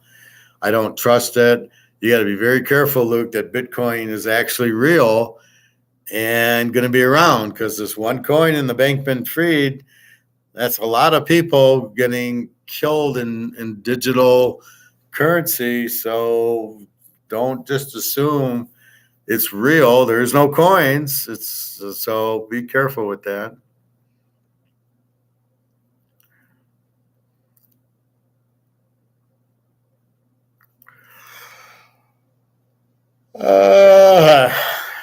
Bobby Bogle. Yeah, they called him scam, bankrupt, fraud after what he did. Yeah, but I'm sure people in whatever he was selling thought it was real, and it was all a Ponzi. So you have that, and you have this new OneCoin Ponzi, and now you see, wait, you can be Ponzi'd very easily in this because it's all make-believe. There isn't anything. Is there really Bitcoins? No. I don't buy it because you can't give it to me. Or you can't give it to me. Well, then how is it real if I can't hold a Bitcoin in my hand? If I can't have it and hold it, how is it real? That's my point. I'm sure people, when they bought this OneCoin, thought it was real. So you got $16 billion. I'm assuming the Russian mafia thought it was real. You won't catch the Russian mafia buying any more Bitcoin type of deals. And I think that'll hurt Bitcoin. People will not trust anything. I don't know how you can trust that Bitcoin's real. I mean, it's a penny stock in my mind. Even our boy Brady got screwed on that. Oh, really? Oh, that's good. See, look how stupid people are. They go into Bitcoin. They don't know anything about it. They trust it's real, but they don't know. It supposedly goes up from 500 to 40,000, as Luke's sharing with us that he made money on it, but he got out. For the people that don't get it, see, most people that buy Bitcoin won't sell it because they go, it's going to $1 million, and they're going to wait. And it'll go to 100 grand, and they'll wait. Then it goes to 10 grand, and they'll wait because it'll go up. Why? I don't know. It just will. So it's being totally manipulated, probably far worse than COMEX, if it even exists, which we're not sure of. You can't show it to me, then it's not real. You can say it's real. Oh, I got Bitcoin. I got a little phone number ID that says I got 10 Bitcoin in my wallet. Oh, yeah, show me one. Well, I can't. Now, there might be a value attached to a part of the Ponzi scheme. So you got 5 Bitcoins at 1,000 each is 5,000. So we might be able to sell the 5 grand, close out the account or something, or sell one of them. Maybe you can do that. I don't know. I have never been in Bitcoin. I have no idea, nor do I want to learn. So it becomes a very, very high risk maneuver. Certainly not one for wealth preservation. So when you lose your 400 grand in the bank, you think, oh, I got 400 grand of Bitcoin up. That's safe. Really? Okay. Good luck with that. So that's the problem. You think it is safe and it's really not, but you don't know. Just like money in the bank, you don't know it's not safe. Okay. Oh, and this inflation, it really went down. How did it really go down? Well, it's only 3. The prices are only up 3%. What do the prices got to do with inflation? This is the problem. People don't know. Some idiot on TV who doesn't know anything about it explains it. tells them what they want to hear. We're looking at prices. Oh, we'll raise interest rates not to bring in the money to lower inflation, but to slow the economy to make things cost more so the prices will come down. So our way of slowing inflation is to make the prices lower. So we'll raise interest rates, which will make the prices lower. That could be the dumbest thing I've ever heard in my life, but that's exactly what they're doing. They're trying to raise prices on us so the money will keep its value. It's really frightening that these people are actually running our country, the biggest idiots in the world. So again, be aware of Ponzi schemes. Watch your money in the bank. Watch your money in the stock market. Now is the time to buy gold, sit back, kick your feet up, and watch Mahomes win playoff games. That's really all you can do. I mean, that's it. You start fucking around with the Titanic money or Wall Street or the banks. You start fucking around with them, you're going to lose everything. And it's happened many, many times. 2008. I don't know what happened in 15 or 16. But it's happened a lot. Just be careful. You can't go with something that we don't know what it is. How are you investing in it? So anyway, I think that's about it. That's your lesson for today. Don't buy money, buy gold, buy gold. So your goal is to get out of the Titanic onto the gold ship. And you have 2 hours to do it. So basically you hear the iceberg and you calmly walk over to the lifeboat, say, lower it and get the fuck out of there. That's what you need to do. Now, will you be smart enough? I don't know why you're afraid. You're in the lifeboat. What can happen to you then? You're off the ship. You're on the lifeboat.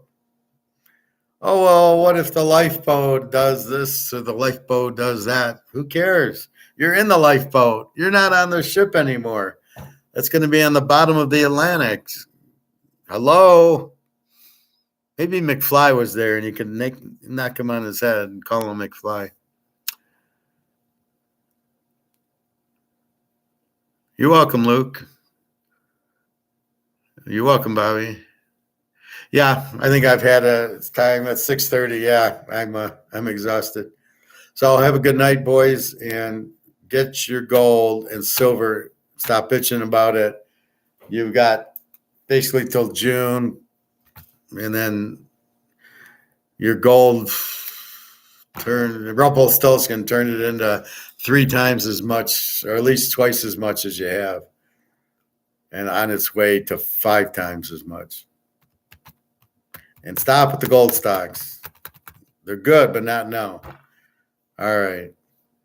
Have a good night, everybody. www.teaserking.com. I am going to eat and watch TV and then study some economics.